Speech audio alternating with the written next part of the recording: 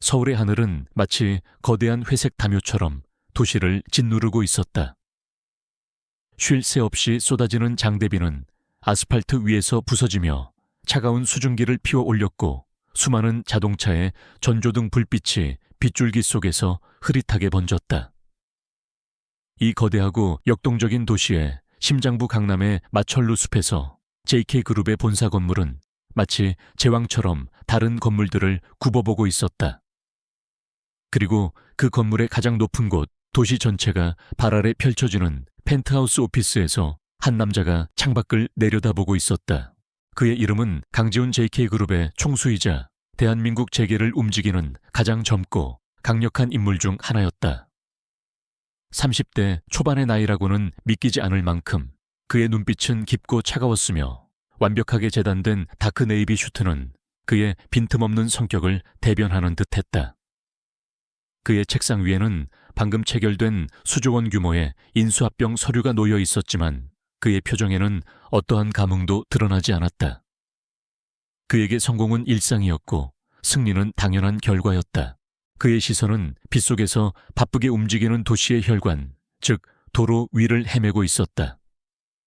수많은 점처럼 보이는 사람들과 자동차들은 그에게 그저 통계 수치와 데이터에 불과했다.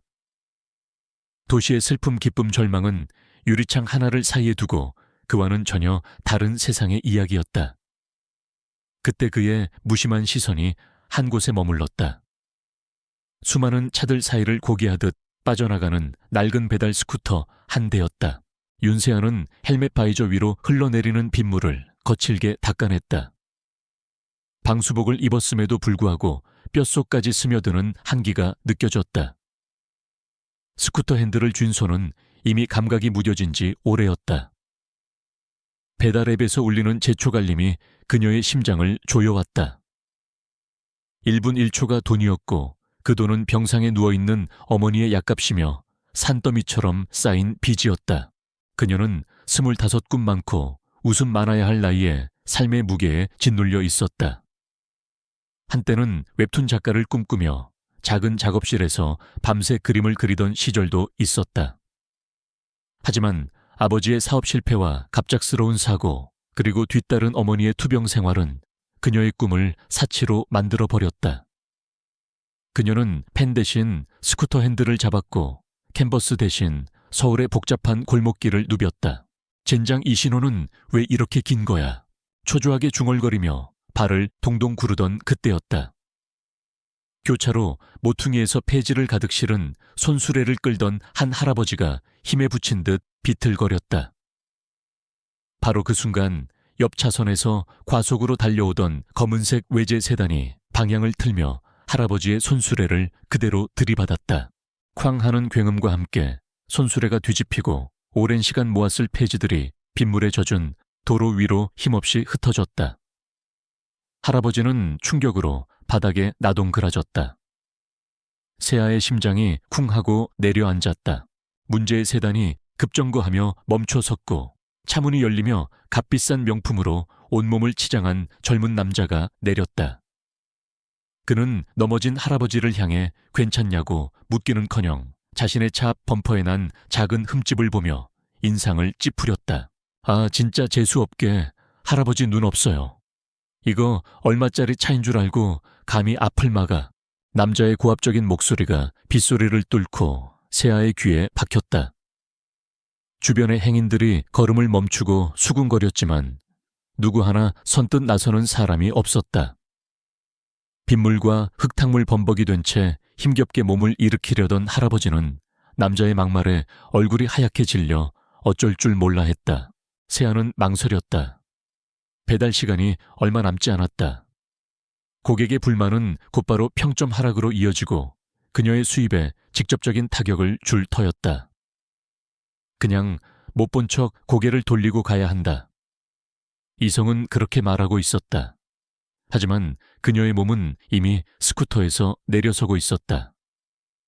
공영에 처한 약자를 외면할 수 없는 것, 그것이 바로 윤세아였다. 저기요.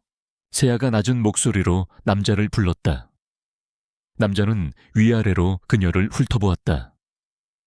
낡은 배달 방수복 차림의 여자가 감히 자신에게 말을 건다는 사실이 불쾌하다는 듯 그의 미간이 구겨졌다. 뭐야, 당신 바쁘니까 꺼져. 사과부터 하셔야죠. 할아버지를 다치게 했고 생계수단을 망가뜨렸잖아요. 그리고 여긴 우회전 차선이 아니라 직진 차선입니다. 선생님이 방향 지시등도 켜지 않고 무리하게 끼어들다 사고를 낸 겁니다. 세아는 떨리는 목소리를 애써 감추며 차분하게 사실을 지적했다. 그녀의 말에 주변 사람들이 웅성거리기 시작했다. 남자의 얼굴이 당황과 분노로 붉게 달아올랐다. 뭐라고? 이 계집애가 지금 누굴 가르쳐? 내가 누군지 알아. 너 같은 배달부 인생이랑은 차원이 다른 사람이야. 누구신지는 모르겠지만 법 앞에서는 모두가 평등하죠. 블랙박스 영상 확인해 볼까요? 세아는 자신의 헬멧에 부착된 작은 액션캠을 가리켰다. 남자의 눈이 순간적으로 흔들렸다. 그는 잠시 세아를 노려보다가 이내 지갑에서 두꺼운 현금 다발을 꺼내 할아버지를 향해 던졌다. 더러워서 상대 안 한다. 자, 이거나 먹고 떨어져요. 돈 몇 푼으로 상황을 무마하려는 비열한 태도였다. 돈다발이 빗물에 젖은 아스팔트 위로 흩어졌다. 할아버지의 얼굴에서 마지막 남은 자존심마저 무너져 내리는 것이 보였다. 세아의 눈에 불꽃이 튀었다. 강지훈은 자기도 모르게 자리에서 일어나 창가로 더 가까이 다가섰다. 처음에는 그저 흔한 교통 시비라고 생각했다. 하지만 빗속에서도 꼬두티 허리를 펴고 부당함에 맞서는 작은 인형에게서 눈을 뗄 수가 없었다. 그는 수많은 사람을 만나왔다. 그의 앞에서는 모두가 고개를 숙이고 그의 말 한마디에 거대한 자본이 움직였다. 진심 없는 아첨과 계산된 미소에 둘러싸여 살아온 그에게 저 여자의 모습은 지독히도 이질적이었다. 두려움 없이 강자에게 맞서는 용기 돈다발 앞에서도 흔들림 없는 눈빛 약자를 향한 연민. 그 모든 것이 그가 이래로 버린 혹은 애초에 가져본 적 없는 감정들이었다. 그의 비서인 김 실장이 조용히 다가와 보고했다. 회장님 데이먼 홀딩스와의 계약 성공적으로 마무리되었습니다. 언론 보도 자료는 김 실장, 지훈이 김 실장의 말을 잘랐다. 그의 시선은 여전히 창밖의 한 점에 고정되어 있었다. 저기 저 스쿠터 옆에 서 있는 여자. 알아봐. 김 실장은 의아한 표정으로 지훈의 시선을 따라갔다. 그의 눈에는 그저 복잡한 도로 위에 수많은 사람 중 한 명으로 보일 뿐이었다. 하지만 그는 군말 없이 대답했다. 네, 회장님, 바로 알아보겠습니다. 세아는 바닥에 흩어진 돈을 줍지 않았다. 대신 할아버지에게 다가가 조심스럽게 부축해 일으켰다. 할아버지, 괜찮으세요? 어디 다치신 곳은 없고요. 할아버지는 괜찮다며 고개를 저었지만 그의 눈에는 눈물이 그렁했다. 세아는 흩어진 폐지들을 함께 주워 손수레에 담기 시작했다. 그녀의 행동에 용기를 얻은 몇몇 시민들이 다가와 일손을 도왔다. 그 광경을 보고 있던 외제차 주인은 더 이상 버티기 힘들었는지 분이 안 풀린다는 표정으로 욕설을 내뱉으며 차를 몰고 사라졌다. 상황이 정리되자 할아버지는 세아의 손을 꼭 잡았다. 학생 정말 고마워. 정말 고마워. 별 말씀을요. 당연히 해야 할 일인걸요. 조심해서 가세요. 세아는 할아버지에게 정중히 고개를 숙여 인사하고는 서둘러 자신의 스쿠터로 돌아갔다. 이미 배달 예정 시간을 훌쩍 넘겨버렸다. 그녀는 다시 시동을 걸고 빗속으로 뛰어들었다. 헬멧 속에서 그녀는 작게 한숨을 쉬었다. 오늘도 수입이 줄겠구나. 하지만 이상하게도 마음은 후련했다. 그녀는 자신이 누구인지 왜 그렇게 행동했는지 전혀 모르는 한 남자의 인생에 강렬한 파문을 일으켰다는 사실을 꿈에도 모른 채 다음 배달지로 향했다. 강지훈의 사무실에는 침묵이 흘렀다. 그는 자리에 앉지 않고 계속 창밖을 서서 그녀의 스쿠터가 시야에서 완전히 사라질 때까지 지켜보았다. 마치 중요한 무언가를 놓친 듯한 기묘한 상실감이 그의 가슴을 쳤다. 얼마 후 김 실장이 태블릿 PC를 들고 돌아왔다. 회장님, 방금 그 여성분에 대한 기본적인 정보를 확인했습니다. 이름은 윤세아, 나이는 25입니다. 현재 여러 배달 대행 플랫폼에 등록된 프리랜서 라이더로 일하고 있습니다. 가족관계는 병상에 계신 어머니 한 분이 있고 부친은 수년 전 사고로 사망했으며 상당한 액수의 채무가 있는 것으로 파악됩니다. 윤세아, 지우는 그 이름을 나지막이 읊조렸다. 빗물에 젖은 아스팔트처럼 차갑고 건조했던 그의 세상에 그 이름 석자가 작은 파동을 일으켰다. 그는 돌아서서 자신의 책상으로 걸어갔다.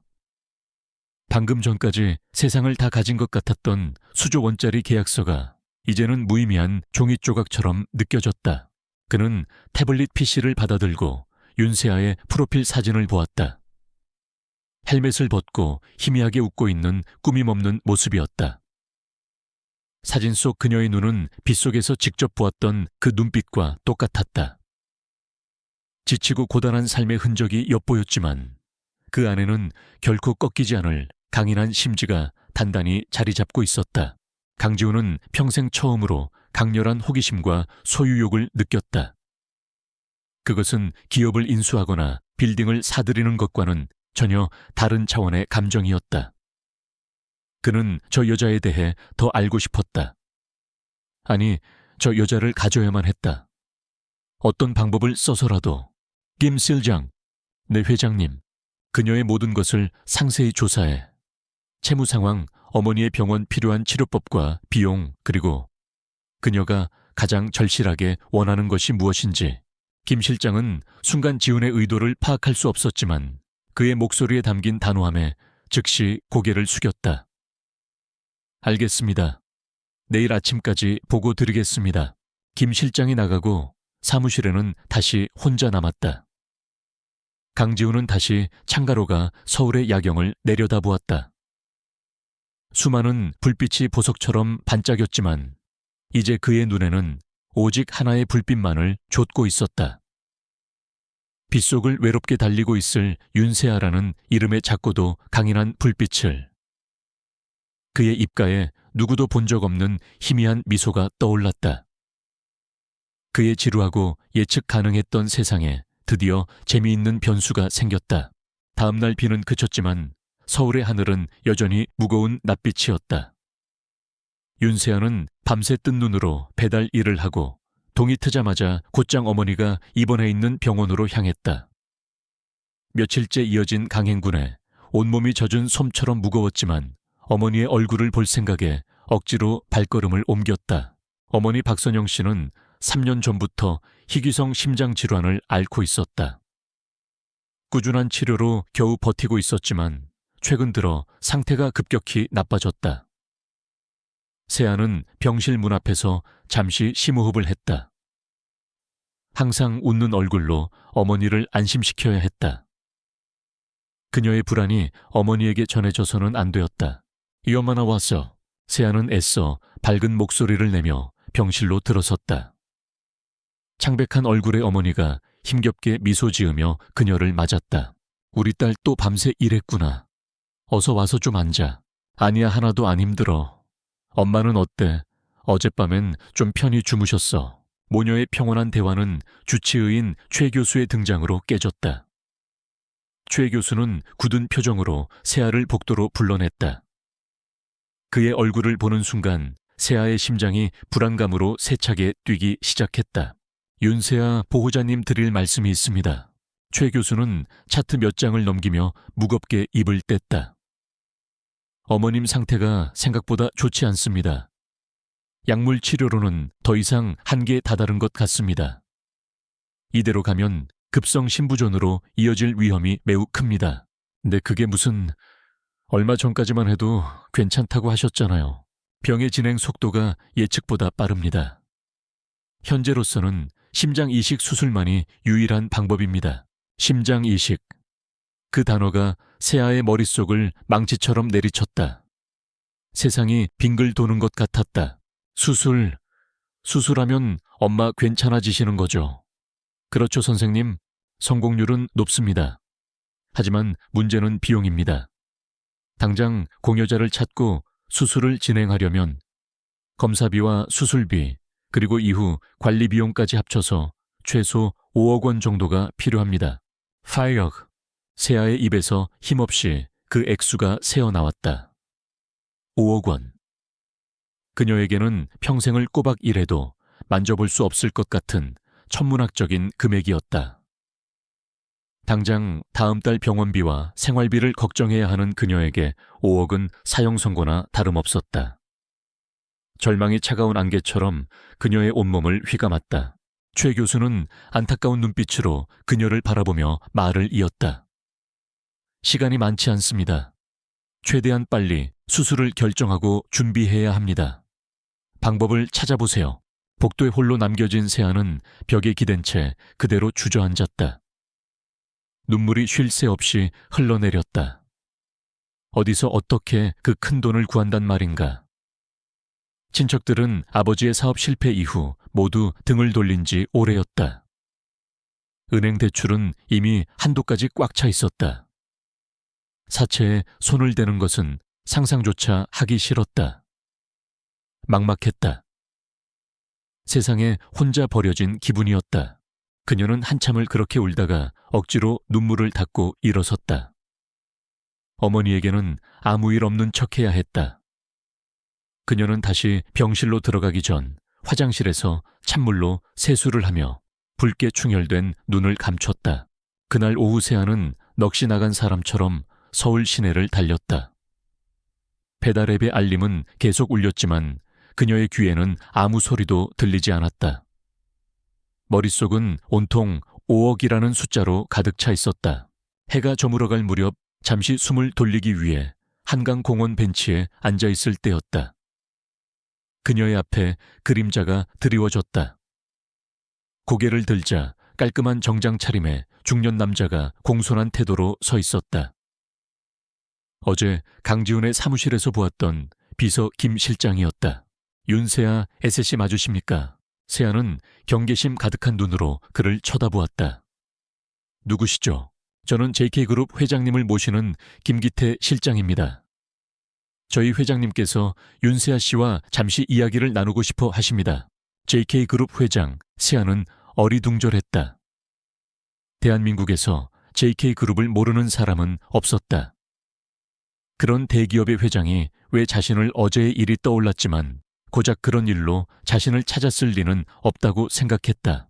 제가 왜 그분을 만나야 하죠? 할 이야기 없습니다. 어머님의 병원비 문제와 관련이 있습니다. 김 실장의 한마디에 세아의 심장이 멎는 듯했다.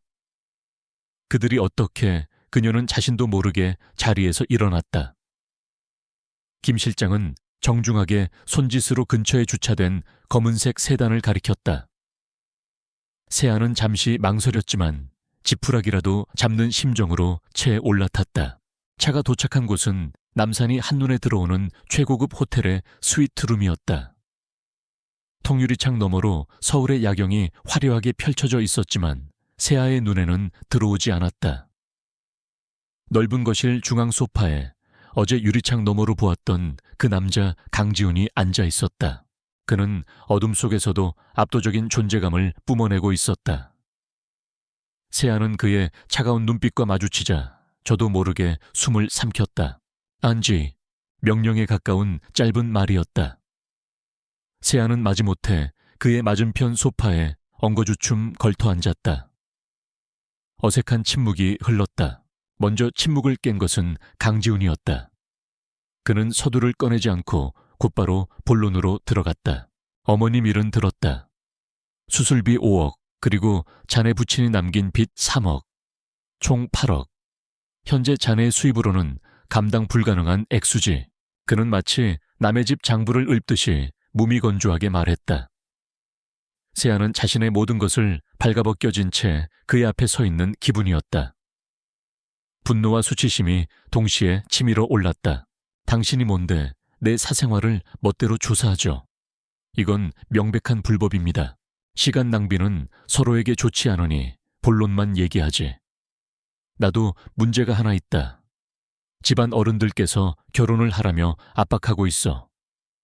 안정적인 후계 구도를 원하시거든. 하지만 나는 정략 결혼 따위에 내 인생을 낭비할 생각이 없다. 강지훈은 테이블 위에 놓인 서류 봉투를 세아 쪽으로 밀었다. 이걸 읽어봐. 세아는 떨리는 손으로 봉투를 열었다. 그 안에는 혼인계약서라는 제목의 문서가 들어있었다. 그녀는 믿을 수 없다는 듯 눈을 깜빡이며 계약서의 내용을 훑어 내려갔다. 계약기간은 1년으로 한다. 을 윤세아은 계약기간 동안 갑. 강지훈의 법적인 아내로서의 의무를 다한다. 대외활동 가족 행사 참석 등 갑은 계약과 동시에 을의 모든 채무 8억 원을 변제하고 을의 모친 박선영의 수술 및 치료에 관련된 모든 비용을 전액 부담한다. 계약 기간 동안 을에게는 품위 유지비 및 활동비로 매달 1천만 원을 지급한다. 1년의 계약 기간이 문제없이 만료될 시 갑은 을에게 위자료 명목으로 현금 20억 원을 지급한다. 단 부부간의 애정 행위나 잠자리는 일절 요구하지 않는다. 이 계약은 철저한 비즈니스 관계에 기반한다. 숨이 턱 막혔다. 세아는 서류를 테이블 위로 내던졌다. 종이가 소리를 내며 바닥으로 떨어졌다. 지금 저더러 돈을 받고 당신의 아내 행세를 하라는 건가요? 이게 제정신으로 할 소리예요. 그녀의 목소리는 분노로 가늘게 떨리고 있었다. 그녀의 눈이 맹렬하게 그를 쏘아붙였다. 하지만 강지훈의 표정에는 미동조차 없었다. 제정신이다. 나는 시간이 없고 자네는 돈이 없지. 서로에게 완벽한 거래 아닌가. 거래 내 인생, 우리 엄마 목숨을 가지고 거래를 하겠다는 거예요. 당신 눈에는 사람이 돈으로 보여요. 어떻게 그런 끔찍한 생각을 할 수가 있죠. 감상에 젖을 시간 있나. 윤세아 씨, 자네의 자존심이 어머님의 수술을 시켜주나. 자네의 분노가 빚쟁이들을 막아주나. 그의 목소리는 얼음처럼 차가웠다. 그의 말 한마디 한마디가 비수처럼 세아의 가슴에 박혔다. 현실이었다. 그녀가 아무리 발버둥 쳐도 바꿀 수 없는 냉혹한 현실. 그의 말이 맞았다. 자존심 따위로 엄마를 살릴 수는 없었다. 나는 자네의 사랑을 사려는 게 아니다. 자네의 시간을 사는 거지. 1년. 딱 1년만 내 옆에서 죽은 듯이 있다가 돈 받고 깨끗하게 사라져 주면 돼. 그 대가로 자네는 어머니를 살리고 새로운 인생을 시작할 수 있겠지. 어려운 선택은 아닐 텐데. 세아는 입술을 깨물었다. 입술 안쪽에서 비릿한 피맛이 느껴졌다. 이 남자는 악마였다. 사람의 가장 약한 부분을 정확히 파고들어 잔인하게 후벼 파는 악마. 그녀는 이 굴욕적인 제안을 받아들일 수 없었다. 필요 없어요. 당신 돈 따위 없어도 나 혼자서 어떻게든 해볼 겁니다. 세아는 자리에서 벌떡 일어났다. 더 이상 이 남자와 같은 공간에 있다가는 질식해버릴 것 같았다. 그녀는 뒤도 돌아보지 않고 스위트룸의 문을 향해 걸어갔다. 내일 오전까지다. 등 뒤에서 그의 목소리가 들려왔다. 내일 오전까지 결정하지 않으면 이 제안은 없던 일이 되는 거야. 자네 어머니의 수술을 해줄 다른 사람은 나타나지 않을 테고. 세아는 걸음을 멈추지 않았다. 그녀는 문을 거칠게 열고 복도로 뛰쳐나갔다. 호텔을 빠져나와 차가운 밤 공기를 마시고 나서야 비로소 참았던 숨을 몰아쉴 수 있었다. 집으로 돌아가는 길 그녀의 머릿속은 뒤죽박죽이었다. 강지훈의 오만한 얼굴과 그의 잔인한 제안, 그리고 병상에 누워있는 어머니의 얼굴이 번갈아 떠올랐다. 그녀는 혼자 힘으로 해낼 거라고 소리쳤지만 스스로도 그것이 불가능해 가깝다는 것을 알고 있었다. 낡은 다세대 주택의 반지하방에 도착했을 때 문 앞에 낯선 사람들이 서성이고 있었다. 빚쟁이들이었다. 그들은 세아를 보자마자 험악한 표정으로 길을 막았다. 돈 언제 갚을 거야? 이번 주까지 해결 안 되면 니네 엄마 병원 찾아가서 들어누울 줄 알아. 세아는 공포에 질려 뒷걸음질 쳤다. 그들이 떠나고 난 뒤 그녀는 차가운 시멘트 바닥에 주저앉아 무릎에 얼굴을 묻고 오열했다. 자존심, 신념, 그 모든 것이 거대한 절망 앞에서 부서져 내리고 있었다. 그때 주머니 속에서 바스락거리는 소리가 났다. 그녀가 스위트룸을 나올 때 김 실장이 몰래 쥐어준 명함과 바닥에 떨어졌던 계약서 사본이었다. 세아는 떨리는 손으로 계약서를 다시 펼쳐 들었다. 모욕적인 조항들 사이로 모친 박선영의 수술 및 치료에 관련된 모든 비용을 전액 부담한다는 문구가 유독 선명하게 눈에 들어왔다. 엄마를 살릴 수 있다. 이 종이 한 장이면 그녀의 존엄성과 어머니의 목숨. 결코 공존할 수 없는 두 가지 선택지가 그녀의 눈앞에서 아른거렸다. 서울의 밤은 깊어지고 있었고 세아의 고뇌도 함께 깊어지고 있었다. 밤은 지독하게 길었다. 윤세아는 뜬 눈으로 차가운 방바닥에 앉아 동이 트기만을 기다렸다. 그녀의 손에는 어젯밤의 모욕과 유일한 희망이 담긴 계약서가 쥐어져 있었다. 해가 떠오르자 그녀는 비틀거리며 일어나 낡은 휴대폰을 들었다. 화면에는 단 하나의 번호가 떠 있었다. JK그룹 비서실장 김기태. 그녀는 심호흡을 한 번 하고 통화 버튼을 눌렀다. 목소리가 나오지 않아 몇 번이나 헛기침을 해야 했다. 여보세요. 수화기 너머에서는 잠시 침묵이 흐른 뒤 감정 없는 목소리가 들려왔다. 네, 김기태입니다. 나 윤세아입니다. 알고 있습니다. 결정하셨습니까? 세아는 눈을 질끈 감았다. 자존심의 마지막 조각이 산산이 부서져 내리는 소리가 들리는 듯했다. 네, 당신들의 그 제안 받아들이겠습니다. 현명한 선택입니다. 30분 뒤에 계신 곳으로 모시러 가겠습니다. 전화는 그렇게 끊겼다. 세아는 휴대폰을 떨어뜨린 채 한동안 그 자리에 못 박힌 듯 서 있었다. 그녀의 영혼이 몸에서 빠져나간 것 같았다. 정확히 30분 후 어제와 같은 검은색 세단이 그녀의 집 앞 골목에 멈춰 섰다. 김 실장은 차에서 내려 그녀에게 정중히 고개를 숙이고 차 문을 열어주었다. 세아는 아무 말 없이 차에 올라탔다. 차창 밖으로 익숙한 동네의 풍경이 빠르게 스쳐 지나갔다. 마치 자신의 과거를 통째로 뒤에 남겨두고 떠나는 기분이었다. 차가 도착한 곳은 강남의 한적한 골목에 위치한 최고급 프라이빗 살롱이었다. 그녀가 차에서 내리자 머리부터 발끝까지 완벽하게 세팅된 직원들이 일렬로 서서 그녀를 맞이했다. 윤세아님, 이쪽으로 모시겠습니다. 세아는 얼떨결에 그들을 따라 안으로 들어갔다. 그곳은 그녀가 평생 본 적 없는 화려함과 고급스러움으로 가득 차 있었다. 그녀는 마치 상품이 된 것처럼 머리 스타일링을 받고 피부 관리를 받고 전문가가 골라주는 옷들을 입어봐야 했다. 낡은 티셔츠와 청바지 배달용 방수복은 온데간데 없이 사라지고 거울 속에는 값비싼 실크 원피스를 입은 낯선 여자가 서 있었다. 윤세아라는 사람은 지워지고 강지훈의 약혼녀라는 인형이 만들어지고 있었다. 과정 내내 그녀는 단 한마디도 하지 않았다.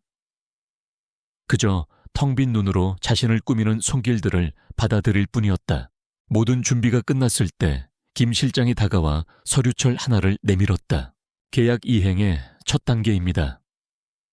회장님께서 어머님의 병원을 국내 최고의 심장 전문 센터로 옮기셨고 오늘 오전에 수술 날짜가 잡혔습니다. 계약금으로 채무 전액은 이미 처리되었습니다. 그는 세아의 휴대폰으로 전송된 입금 확인 내역과 병원 이전 서류를 보여주었다. 그녀의 눈이 흔들렸다. 그 모든 것이 하룻밤 사이에 이루어졌다는 사실이 비현실적으로 느껴졌다. 이제 회장님의 댁으로 가시겠습니다.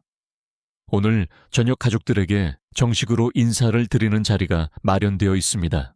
강지훈의 본가 천군제 칭윤차이는 북악산 자락에 위치한 거대한 한옥 저택이었다.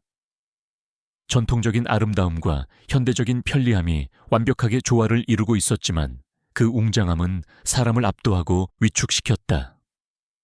높은 담장과 굳게 닫힌 대문은 이곳이 외부 세계와 철저히 단절된 그들만의 왕국임을 보여주는 듯했다. 세아가 차에서 내리자 수십 명의 사용인들이 정원 양옆으로 도열해 그녀에게 고개를 숙였다. 그들의 표정은 하나같이 무표정했지만 눈빛에는 호기심과 경계심, 그리고 약간의 경멸이 뒤섞여 있었다. 세아는 마치 사자 우리에 던져진 초식동물처럼 온몸의 신경이 곤두섰다. 넓은 대청마루를 지나자 강지훈이 그녀를 기다리고 있었다. 그는 오늘따라 더 차갑고 접근하기 어려운 분위기를 풍겼다. 그는 세아의 모습을 위아래로 훑어보더니 나지막이 말했다.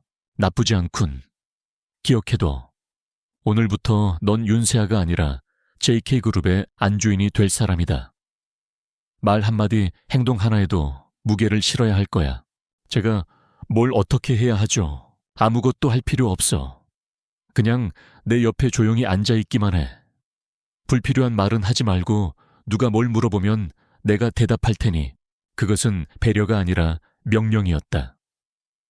그녀를 보호하기 위함이 아니라 그녀가 혹시라도 실수를 저질러 자신의 계획에 흠집을 낼까봐 염려하는 철저한 비즈니스 파트너의 태도였다. 저녁 식사 시간이 되자 가족들이 하나둘씩 식당으로 모여들었다. 상석에는 JK그룹의 창업주의자 살아있는 전설인 강지훈의 조부 강만철 회장이 앉아 있었다. 날카로운 눈빛과 다부진 체격은 여든의 나이를 무색하게 했다. 그의 옆에는 우아하게 차려입었지만 어딘가 모르게 차가운 인상을 풍기는 지훈의 계모 한선희 여사가 앉아 있었다. 그리고 그녀의 아들이자 지훈의 이복동생인 강태민 상무가 능글맞은 미소를 지으며 자리를 잡았다. 세아는 강지훈의 옆자리에 앉았다. 수십 가지의 최고급 요리가 차려졌지만 그녀는 모래를 씹는 기분이었다. 식당 안의 공기는 얼음장처럼 차가웠다. 먼저 포문을 연 것은 강만철 회장이었다. 그는 숟가락을 든 채로 세아를 지그시 바라보았다. 네가 지훈이가 말한 그 아가씨냐? 네 회장님, 윤세아라고 합니다. 부모님은 무얼 하시고? 날카로운 질문에 세아의 심장이 내려앉았다. 강지훈이 대신 대답하려던 순간 세아는 입술을 깨물고 스스로 입을 열었다. 아버지는 몇 년 전 돌아가셨고 어머니는 편찮으셔서 병원에 계십니다. 그래 듣자 하니 집안 사정이 꽤 어렵다고 하더구나. 그런 네가 우리 집안의 며느리가 되겠다고 결심한 연유가 궁금하구나. 우리 지훈이의 무엇이 마음에 들었지? 그것은 순수한 질문이 아니었다. 네가 감히 돈 때문에 우리 손자를 넘보는 것이 아니냐는 의도가 명백한 가시 돋친 질문이었다. 세아가 뭐라고 대답해야 할지 몰라 얼굴이 하얗게 질렸을 때 한선희 여사가 웃음기 섞인 목소리로 거들었다. 어머님, 뭘 그런 걸 물으세요. 요즘 젊은 사람들 사랑에는 이유가 있나요? 우리 지훈이 정도 되는 남자를 마다할 여자가 세상에 어디 있겠어요. 그렇죠. 세아 양. 그녀는 세아 양이라고 부르면서도 눈으로는 너 같은 천한 것이라고 말하고 있었다. 세아는 손에 든 수저를 떨어뜨릴 뻔했다. 한선희의 공격은 거기서 그치지 않았다. 그녀는 와인잔을 우아하게 들어올리며 말을 이었다. 참 세아 양은 어느 대학에서 미술사를 전공했더라. 얼마 전 파리에서 공수해온 클로드 모네의 작품이 있는데 나중에 한번 감상평을 들려주면 좋겠네. 미술사. 세아는 들어본 적도 없는 분야였다. 그녀가 당황해서 입을 다물고 있자 한선희의 입가에 득의양양한 미소가 번졌다. 이복동생인 강태민은 흥미로운 연극을 보는 관객처럼 그저 방관하고 있을 뿐이었다. 완벽한 고립감. 세아는 숨이 막혔다. 도망치고 싶었다. 이 모든 것을 없던 일로 하고 싶었다. 그때였다. 예여묘님, 지금까지 침묵을 지키고 있던 강지훈이 낮은 목소리로 입을 열었다. 식탁의 모든 시선이 그에게로 향했다. 시아 씨는 미술사가 아니라 실용 디자인을 전공했습니다. 특히 최근 각광받고 있는 웹툰과 캐릭터 디자인 분야에 재능이 있죠. JK미디어에서 다음 분기 핵심 사업으로 추진 중인 분야이기도 합니다. 죽은 화가의 그림을 감상하는 것보다 살아있는 시장의 흐름을 읽는 감각이 제게는 훨씬 더 유용합니다. 그의 목소리는 차가웠지만 그 내용은 명백히 세아를 감싸는 것이었다. 그는 세아의 가짜 전공을 즉석에서 만들어내어 그녀의 초라한 배경을 실용적인 재능으로 포장해 주었다. 한선희의 얼굴이 순간 굳어졌다. 강지훈은 말을 이었다. 그는 한선희가 아닌 강만철 회장을 똑바로 바라보며 말했다. 할아버님, 제가 이 사람을 선택한 이유는 단 하나입니다.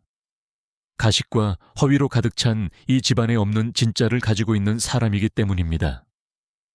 배경이나 학벌이 아니라 자기 자신을 지킬 줄 아는 강인함. 그것이 제가 JK의 후계자로서 제 옆에 둘 사람에게 바라는 유일한 조건입니다. 식당 안에는 무거운 침묵이 흘렀다. 누구도 감히 강지훈의 선언에 토를 달지 못했다. 세아는 고개를 들어 옆에 앉은 남자를 바라보았다. 그의 옆 얼굴은 여전히 얼음처럼 차가웠지만 그 순간만큼은 세상에서 가장 단단한 방패처럼 느껴졌다.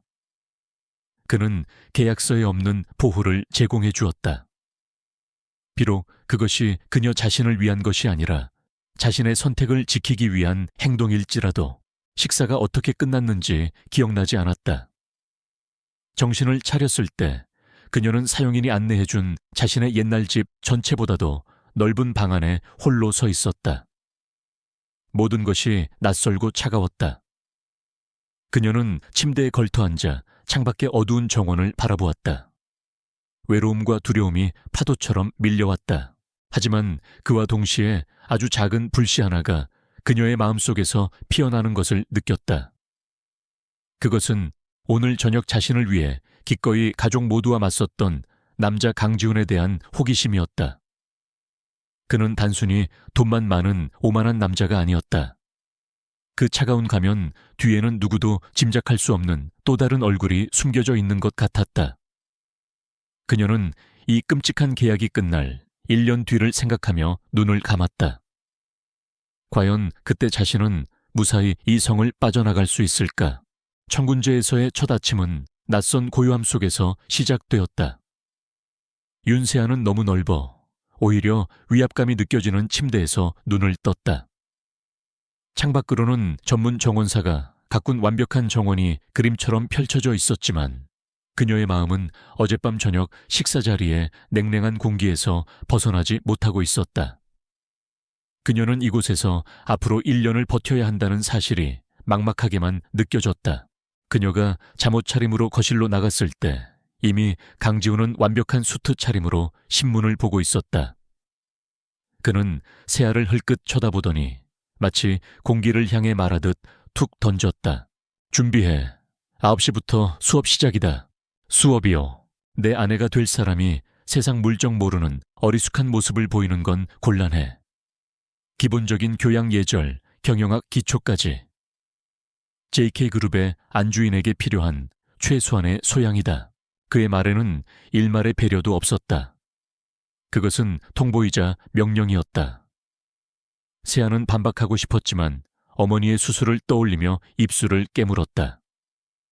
그녀는 이 계약에서 을이었고 갑의 요구에 따를 의무가 있었다. 9시 정각 저택의 별채에 마련된 서재로 대한민국 최고의 전문가들이 초빙되었다.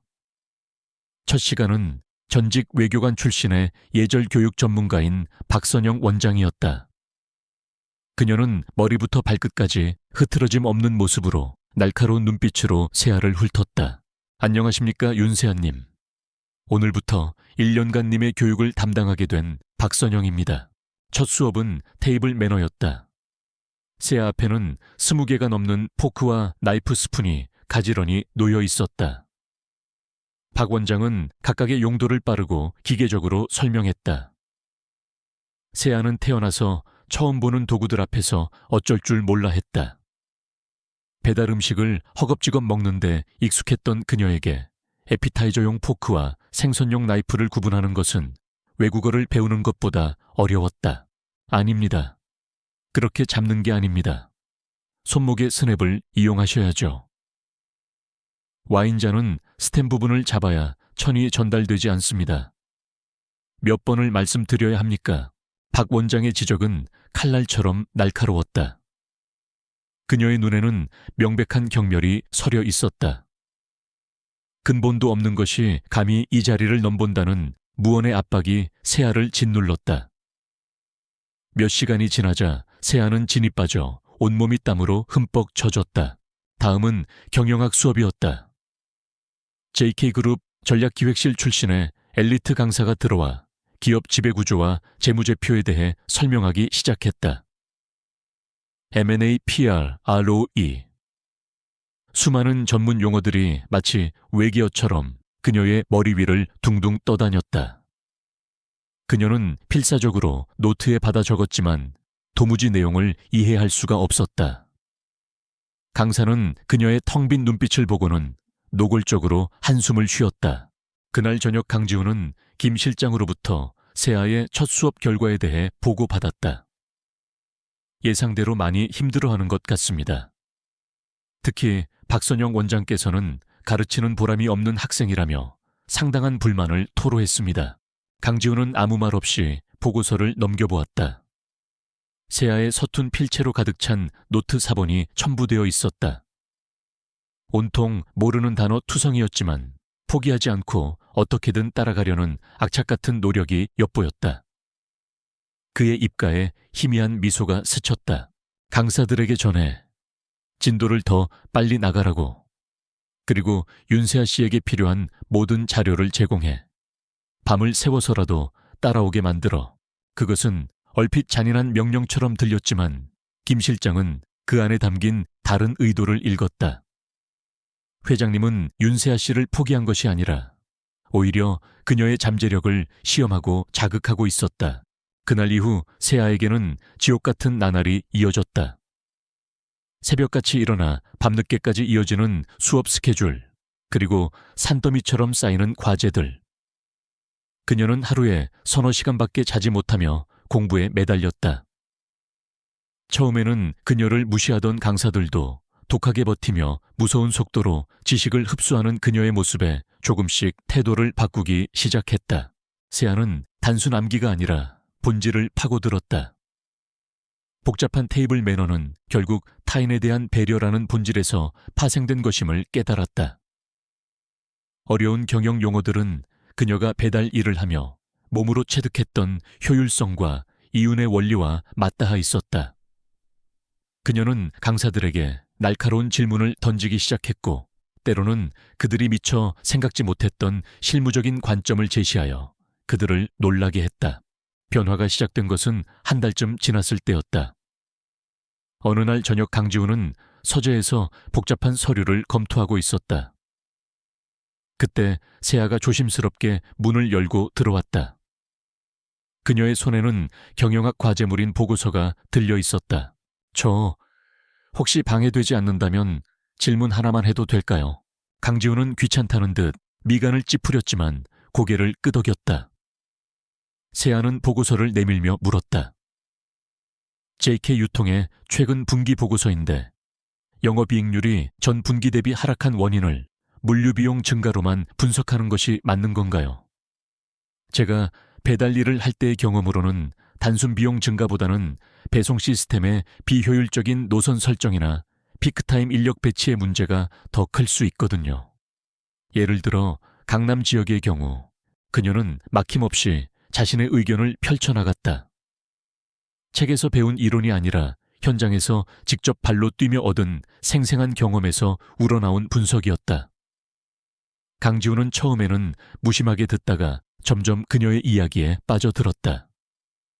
그녀가 지적한 문제점은 최근 JK유통의 실무진들이 골머리를 앓고 있던 핵심 과제와 정확히 일치했다. 그는 잠시 세아를 말없이 바라보았다. 화장기 없는 얼굴 공부 때문에 피곤에 지친 기색이 역력했지만 무언가에 대해 이야기하는 그녀의 눈은 그 어느 때보다 총명하게 빛나고 있었다. 그는 처음으로 그녀를 돈 때문에 팔려온 여자가 아니라 윤세아라는 한 명의 독립된 인격체로 인식했다. 그 문제는 내일 전략회의 안건이다. 내 의견을 정리해서 아침까지 내 책상 위에 올려놔. 무심한 말투였지만 그것은 명백한 인정이었다. 세아의 얼굴에 처음으로 환한 미소가 번졌다. 네, 알겠습니다. 그날 이후 둘 사이에는 미묘한 변화의 기류가 흐르기 시작했다. 강지훈은 밤늦게까지 서재에서 공부하는 세아를 위해 말없이 차를 가져다 주거나 그녀가 어려워하는 부분에 대해 무심한 척 힌트를 던져주기도 했다. 세아 역시 더 이상 그를 어렵고 무서운 갑으로만 대하지 않았다. 때로는 그의 비인간적인 업무량에 대해 걱정 섞인 잔소리를 하기도 하고 그가 좋아하는 음식에 대해 주방장에게 슬쩍 귀띔해주기도 했다. 두 사람은 함께 있는 시간이 점차 늘어났지만 여전히 계약 관계라는 벽을 넘지는 않았다. 그들은 서로의 사적인 영역에 대해서는 묻지 않았고 불필요한 신체 접촉도 없었다. 하지만 늦은 밤 서재에서 함께 서류를 보며 나누는 짧은 대화들, 정원에서 우연히 마주쳤을 때 나누는 어색한 눈인사 속에서 계약서에는 없는 감정들이 조용히 싹트고 있었다. 어느 주말 오후 세아는 모처럼 수업이 없는 시간을 이용해 정원을 산책하고 있었다. 그때 온실 안에서 첼로 소리가 흘러나왔다. 깊고 애절한 선율이었다. 그녀는 이끌리듯 온실로 다가갔다. 그곳에는 평소의 냉철한 모습과는 전혀 다른 깊은 슬픔에 잠긴 얼굴로 첼로를 켜고 있는 강지훈이 있었다. 그의 연주에는 그가 평소에 결코 드러내지 않았던 외로움과 그리움 깊은 상처가 고스란히 담겨 있었다. 세아는 자기도 모르게 숨을 죽이고 그의 연주를 들었다. 연주가 끝나자 강지훈은 그녀가 있다는 것을 눈치채고는 평소에 무표정한 얼굴로 돌아왔다. 언제부터 거기 있었지? 죄송해요. 방해할 생각은 아니었어요. 연주가 너무 좋아서 어색한 침묵이 흘렀다. 세아는 무슨 말을 해야 할지 몰라 망설이다가 용기를 내어 물었다. 돌아가신 어머님을 생각하며 연주하신 건가요? 강지훈의 눈빛이 순간 날카롭게 변했다. 그의 사생활은 이 집안의 금기였다. 하지만 그는 왠지 모르게 그녀의 질문에 화를 낼 수가 없었다. 그는 고개를 돌려 창밖을 바라보며 나지막이 대답했다. 어머니는 내가 아는 유일한 따뜻함이었으니까. 그 짧은 한마디에 담긴 그의 깊은 슬픔이 세아의 마음에 고스란히 전해졌다. 그녀는 그 순간 이 남자의 차가운 가면 뒤에 숨겨진 여린 영혼을 보았다. 그녀는 그에게 한 걸음 더 다가서고 싶다는 충동을 느꼈다. 계약 때문이 아니라 인간 대 인간으로서 그의 상처를 보듬어주고 싶다는. 이것은 계약서에 없는 전혀 예상치 못했던 감정의 시작이었다. 시간이 흘러 서울의 가을이 무르익어갈 무렵 JK그룹이 매년 주최하는 가장 큰 사교 행사인 자선 갈라의 밤이 다가왔다. 이 행사는 국내외 정재계의 거물들이 총출동하고 수백 명의 언론사 기자들이 열띤 취재 경쟁을 벌이는 그야말로 JK그룹의 위상을 과시하는 자리였다. 그리고 올해 세간의 가장 큰 관심사는 단연 강지훈 총수의 약혼녀로 처음 공식 석상에 모습을 드러내는 윤세아였다. 지난 몇 달간 세아는 마치 다른 사람이 된 것 같았다. 혹독했던 교육은 그녀를 변화시켰다. 이제 그녀는 수십 개의 커트러리를 능숙하게 다룰 줄 알았고 복잡한 재무제표를 분석할 수 있었으며 여러 나라의 언어로 기본적인 인사를 나눌 수 있었다. 하지만 더 큰 변화는 내면에서 일어났다. 수동적으로 상황을 받아들이기만 했던 과거와 달리 이제 그녀는 스스로 생각하고 판단하며 자신의 목소리를 내는 법을 배우고 있었다. 그럼에도 불구하고 행사가 열리는 호텔 연회장으로 향하는 차 안에서 세아는 손에 땀이 나는 것을 어쩔 수 없었다. 긴장되나? 옆자리에 앉은 강지훈이 무심한 척 물었다. 그는 최고급 턱시도를 완벽하게 소화하고 있었고 평소보다 더 날카롭고 압도적인 분위기를 풍겼다. 조금요. 제가 실수할까봐 걱정돼요. 실수해도 괜찮아. 내가 있으니까. 그의 목소리는 여전히 무뚝뚝했지만 그 안에 담긴 단단한 신뢰가 세아의 불안한 마음을 진정시켜 주었다. 그는 룸미러를 통해 운전 중인 김 실장에게 지시했다. 행사장에 도착하면 최민준 부회장의 동태를 주시해. 그리고 한 여사님 주변도. 알겠습니다, 회장님. 세아는 그의 말에 의아함을 느꼈다. 최민준 부회장이라면 대항그룹에 그래. 그자는 예전부터 사사건건 JK를 물고 늘어지는 족속이야. 그리고 우리 집안 사람이라고 해서 모두 내 편은 아니라는 것쯤은 너도 이제 알겠지. 그의 경고는 한선희 여사를 겨냥한 것이었다. 지난 몇 달간 한선희는 겉으로는 세아를 살갑게 대하는 척했지만 그 뒤에 숨겨진 차가운 경계심과 질투를 세아는 느낄 수 있었다. 오늘 밤 무언가 좋지 않은 일이 일어날 것 같은 불길한 예감이 그녀의 마음을 스쳐 지나갔다. 연회장에 들어서는 순간 수백 개의 카메라 플래시가 동시에 터지며 그들을 맞았다. 세아는 저도 모르게 눈을 찡그렸지만 이내 강지훈의 팔에 팔짱을 낀 채 그동안 연습했던 대로 우아하고 자연스러운 미소를 지어 보였다. 그녀의 변화는 놀라웠다. 몇 달 전 낡은 배달복을 입고 서울의 거리를 누비던 초라한 모습은 온데간데 없었다. 깊은 남색의 실크 드레스는 그녀의 단아한 매력을 극대화했고 자신감 있는 태도는 그녀를 출신 배경이 초라한 신데렐라가 아닌 JK그룹의 안주인에 걸맞은 기품 있는 여성으로 보이게 했다. 수많은 사람들이 그들에게 다가와 인사를 건넸다. 강지훈은 그때마다 세아를 제 약혼녀 윤세아입니다 라고 소개했고 세아는 막힘없이 그들과 대화를 나누며 사교계 데뷔를 성공적으로 치르고 있었다. 그때 그들 앞으로 두 사람이 다가왔다. 대항그룹의 최민준 부회장과 그의 팔짱을 낀 강지훈의 계모 한선희 여사였다. 지훈아, 그리고 세아 양. 오늘 정말 아름답구나. 한선희는 친근한 미소를 지으며 말했지만 그녀의 눈은 웃고 있지 않았다. 최민준 역시 특유의 오만하고 비열한 미소를 지으며 강지훈에게 악수를 청했다. 강총수 좋은 인연을 만난 것 같아 내가 다 기쁘군. 윤세아 씨 소문보다 훨씬 미인이십니다.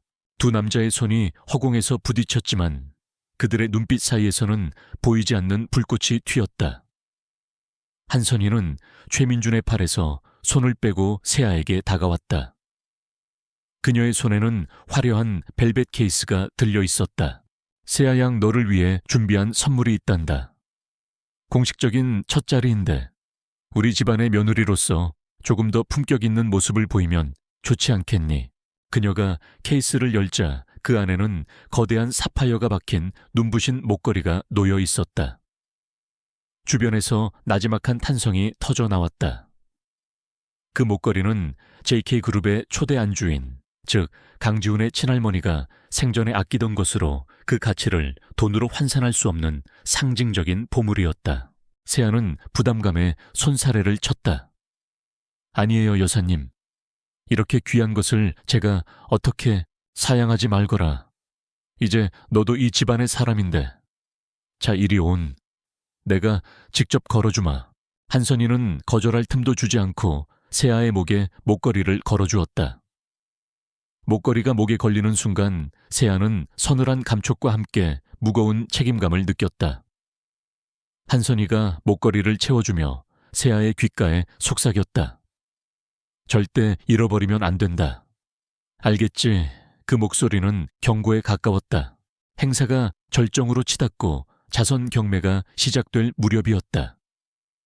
사회자가 무대 위에서 경매 시작을 알리는 순간 갑자기 연회장 전체의 조명이 펑 하는 소리와 함께 꺼졌다. 완벽한 암흑 속에서 사람들의 비명과 웅성거림이 뒤섞였다. 혼란은 길지 않았다. 몇 초 뒤 비상등이 켜지며 연회장 안이 희미하게 밝아졌다. 그리고 바로 그 순간 날카로운 비명소리가 연회장을 갈랐다. 목걸이가 없어졌어. 비명의 주인공은 한선희 여사였다. 모든 사람의 시선이 그녀와 그녀가 가리키는 세아에게로 쏠렸다. 세아의 목에는 방금 전까지 영롱한 빛을 발하던 사파이어 목걸이가 감쪽같이 사라져 있었다. 세아는 저도 모르게 자신의 목을 더듬었다. 정말이었다. 목걸이가 없었다. 그녀의 얼굴이 하얗게 질렸다. 한선희는 마치 기다렸다는 듯이 눈물까지 글썽이며 세아를 몰아붙였다. 세상의 세아 양, 내가 절대 잃어버리면 안 된다고 말했는데 그게 어떤 목걸이인데 최민준이 걱정스럽다는 위선적인 표정으로 다가와 거들었다. 진정하십시오, 여사님. 설마 윤세아 씨가 일부러 그랬겠습니까? 아마 어디 떨어뜨렸을 겁니다. 다들 바닥을 한번 찾아보시죠. 그의 말에 몇몇 사람들이 바닥을 살폈지만 목걸이는 보이지 않았다. 연 회장은 순식간에 수군거림으로 가득 찼다. 사람들의 의심 어린 시선이 비수처럼 세아에게 날아와 박혔다. 가난한 출신이라더니 혹시 돈 때문에 일부러. 이 모든 상황을 침묵 속에서 지켜보던 강지훈이 앞으로 나서려던 순간 세아가 그의 팔을 살짝 잡았다. 그녀는 고개를 저었다. 제가 해결할게요. 그녀의 눈빛은 그렇게 말하고 있었다. 강지훈은 잠시 망설였지만 이내 그녀의 뜻을 존중하며 한 걸음 물러섰다. 세아는 모두가 들을 수 있도록 침착하고 또렷한 목소리로 말했다. 소란을 피워 죄송합니다. 하지만 저는 목걸이를 훔치지 않았습니다. 한선이가 코웃음을 쳤다. 훔치지 않았다면 목걸이가 어디로 갔다는 말이니? 내 목에서 스스로 발이 달려 도망이라도 갔다는 거야. 아니요. 샤는 한선이의 눈을 똑바로 쳐다보며 말했다. 목걸이는 제가 직접 풀었습니다. 연 회장 안이 다시 한번 술렁였다. 한선이의 얼굴이 순간 미세하게 굳어지는 것을 세아는 놓치지 않았다. 세아는 말을 이었다. 여사님께서 제게 목걸이를 채워주실 때부터 잠금 장치가 조금 헐겁다는 느낌을 받았습니다. 혹시라도 잃어버릴까봐 염려되어 잠시 풀어서 제 클러치백에 넣어두었습니다. 바로 불이 꺼지기 직전의 말입니다. 그녀는 그렇게 말하며 자신의 작은 클러치백을 열어보였다. 그러자 그 안에서 사파이어 목걸이가 찬란한 빛을 발하며 모습을 드러냈다. 상황은 순식간에 역전되었다. 한선이와 최민준의 얼굴이 당황으로 굳어졌다. 하지만 한선이는 노련했다. 그녀는 금세 표정을 바꾸며 안도의 한숨을 내쉬었다. 아, 세상에 그랬구나. 그럼 말을 했어야지. 사람 놀라게. 정말 다행이다. 그녀는 그렇게 어물쩍 상황을 넘어가려고 했다. 하지만 세아는 여기서 끝낼 생각이 없었다. 이것은 단순한 해프닝이 아니라 자신과 강지훈의 명예를 실추시키기 위한 명백한 함정이었다. 세아는 부드럽지만 단호한 목소리로 말을 이었다. 그런데 한 가지 이상한 점이 있습니다. 제가 기억하기로는 여사님께서 제 목에 목걸이를 걸어주시면서 잠금 장치가 새 것이라 조금 뻣뻣할 수 있으니 조심하라고 말씀하셨습니다. 그런데 제가 느끼기에는 헐거웠거든요. 어쩌면 처음부터 누군가 잠금 장치에 손을 대어 제가 조금만 움직여도 목걸이가 바닥에 떨어지도록 계획했던 것은 아닐까요? 그녀의 말은 한선이와 최민준을 겨냥한 명백한 공격이었다. 그녀는 이어서 연 회장 구석눈에 잘 띄지 않는 곳에 설치된 CCTV를 손으로 가리켰다.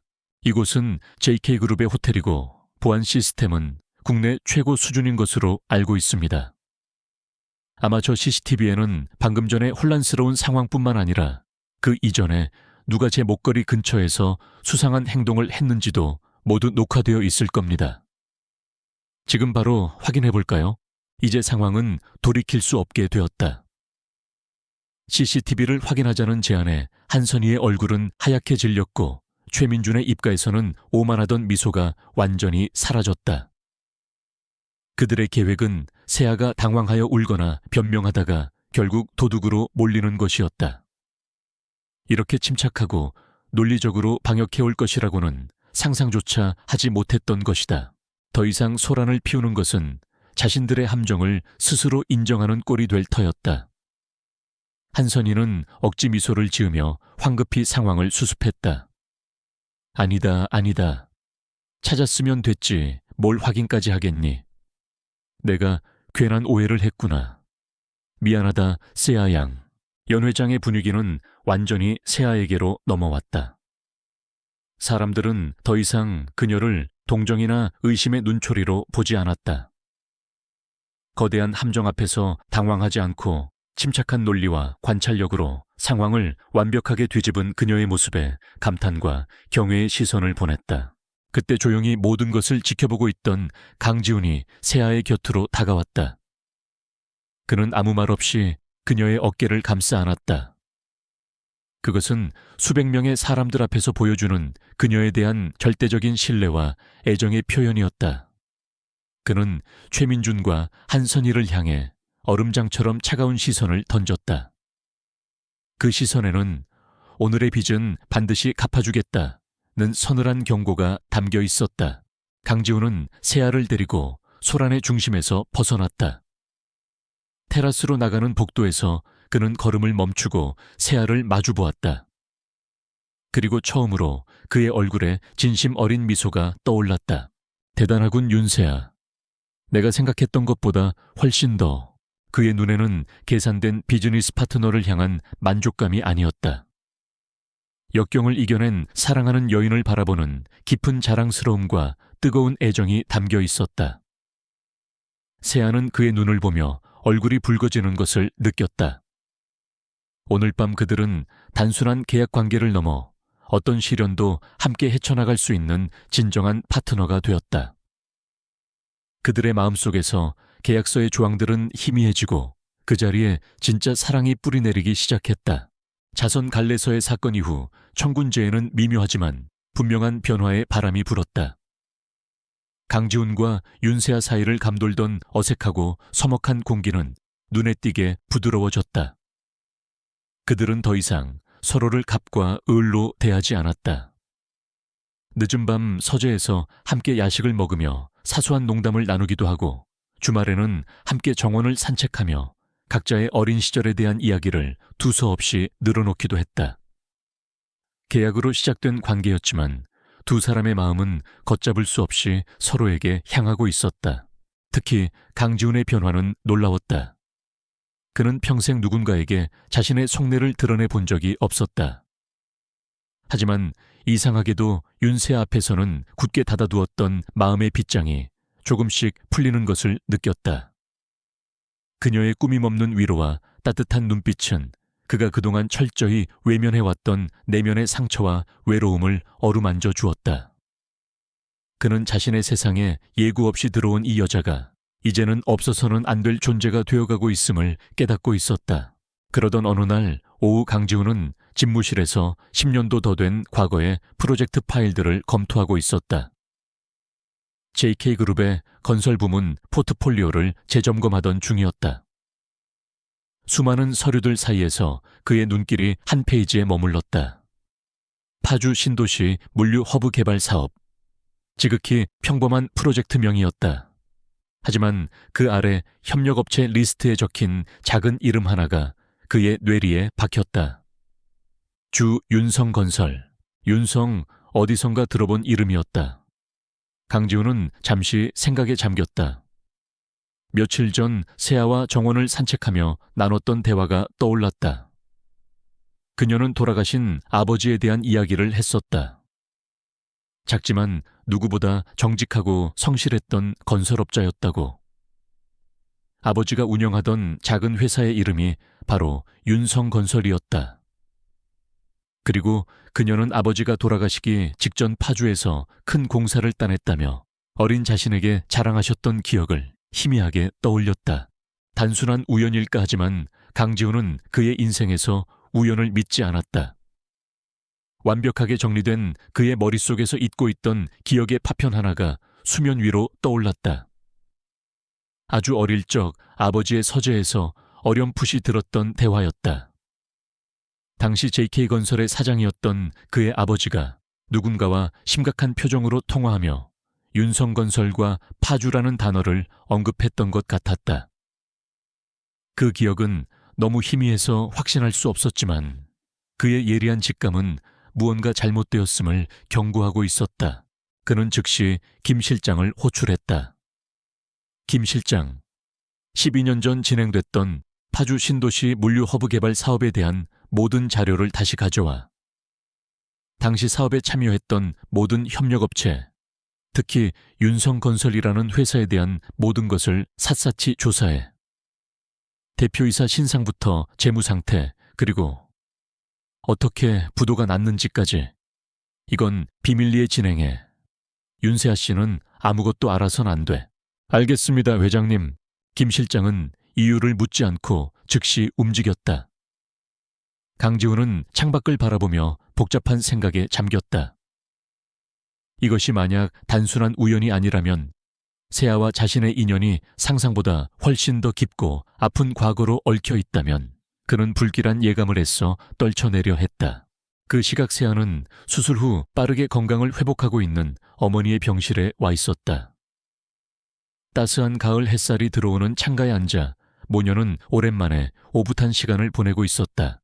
우리 딸 얼굴이 많이 좋아졌네. 지훈이가 잘해주니. 박선영 씨는 사위의 이름을 부르며 따뜻하게 웃었다. 그녀는 딸의 계약 결혼에 대해 아무것도 알지 못했다. 그저 딸이 좋은 사람을 만나 사랑받고 있다고 믿고 있었다. 세아는 어머니를 안심시키기 위해 애써 미소 지으며 고개를 끄덕였다. 그럼요, 엄마. 걱정 마세요. 이야기를 나누던 중 박선영 씨는 문득 과거를 회상하며 아련한 표정을 지었다. 오늘따라 내 아빠 생각이 많이 나네. 살아있었다면 우리 세아가 이렇게 좋은 곳으로 시집가는 걸 보고 얼마나 기뻐했을까. 그녀는 눈시울을 붉히며 말을 이었다. 네 아빠 참 정직하고 성실한 사람이었지. 작은 회사를 운영하면서도 단 한 번도 부끄러운 일을 한 적이 없었어. 그러다 파주에서 정말 큰 공사를 따냈을 때 어린애처럼 좋아하던 모습이 아직도 눈에 선하네. 이제 고생 끝이라고 우리 세아 하고 싶은 웹툰 작가 공부도 실컷 시켜줄 수 있겠다고. 어머니의 말에 세아의 마음도 먹먹해졌다.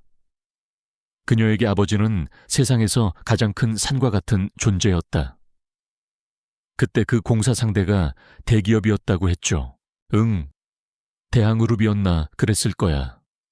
당시 그쪽 현장 책임자가 아주 젊고 야심만만한 사람이었다고 내 아빠가 그랬어. 최 씨였던가. 이름은 잘 기억이 안 나네. 아무튼 그 공사만 잘 끝나면 모든 게 잘 풀릴 줄 알았는데 박선영 씨의 말끝이 흐려졌다. 그 직후 아버지는 공사 현장에서 의문의 추락사고로 사망했다. 경찰은 단순 실족사로 결론 내렸고 모든 책임은 현장 관리를 소홀히 한 윤성건설에게 돌아갔다. 회사는 순식간에 부도가 났고 남은 것은 감당할 수 없는 빚더미뿐이었다. 세아는 더 이상 아픈 기억을 떠올리게 하고 싶지 않아 화제를 돌렸다. 하지만 그녀의 마음속에는 작은 의문의 씨앗이 심어졌다. 대항그룹, 그리고 젊고 야심만만했던 최 씨 성의 책임자. 며칠 후 강지훈의 집무실에는 무거운 침묵이 흘렀다. 김 실장이 가져온 두꺼운 보고서가 그의 책상 위에 놓여 있었다. 그는 밤을 새워 보고서를 읽었다. 페이지를 넘길수록 그의 표정은 차갑게 굳어갔고 눈빛은 분노로 이글거렸다. 보고서의 내용은 충격적이었다. 12년 전 파주 물류 허브 개발 사업의 실제 시공사는 대항그룹의 자회사인 대한건설이었다. 당시 프로젝트 매니저 PM는 이제 막 30살이었던 현재 대항그룹의 부회장 최민준이었다. 최민준은 공사 기간을 단축하고 이익을 극대화하기 위해 값싼 불량 자재를 사용하고 안전 규정을 무시하며 무리하게 공사를 밀어붙였다. 하청업체였던 윤성건설의 윤 대표, 즉 세아의 아버지는 이 사실을 눈치채고 대한건설 측에 여러 차례 시정을 요구했다. 하지만 최민준은 이를 묵살했다. 결국 윤 대표는 내부 고발을 결심하고 관련 증거 자료들을 모아 감사팀에 제출하기로 마음먹었다. 그리고 감사팀과 면담을 약속하기 바로 전날, 그는 공사 현장의 비계에서 추락하여 사망했다.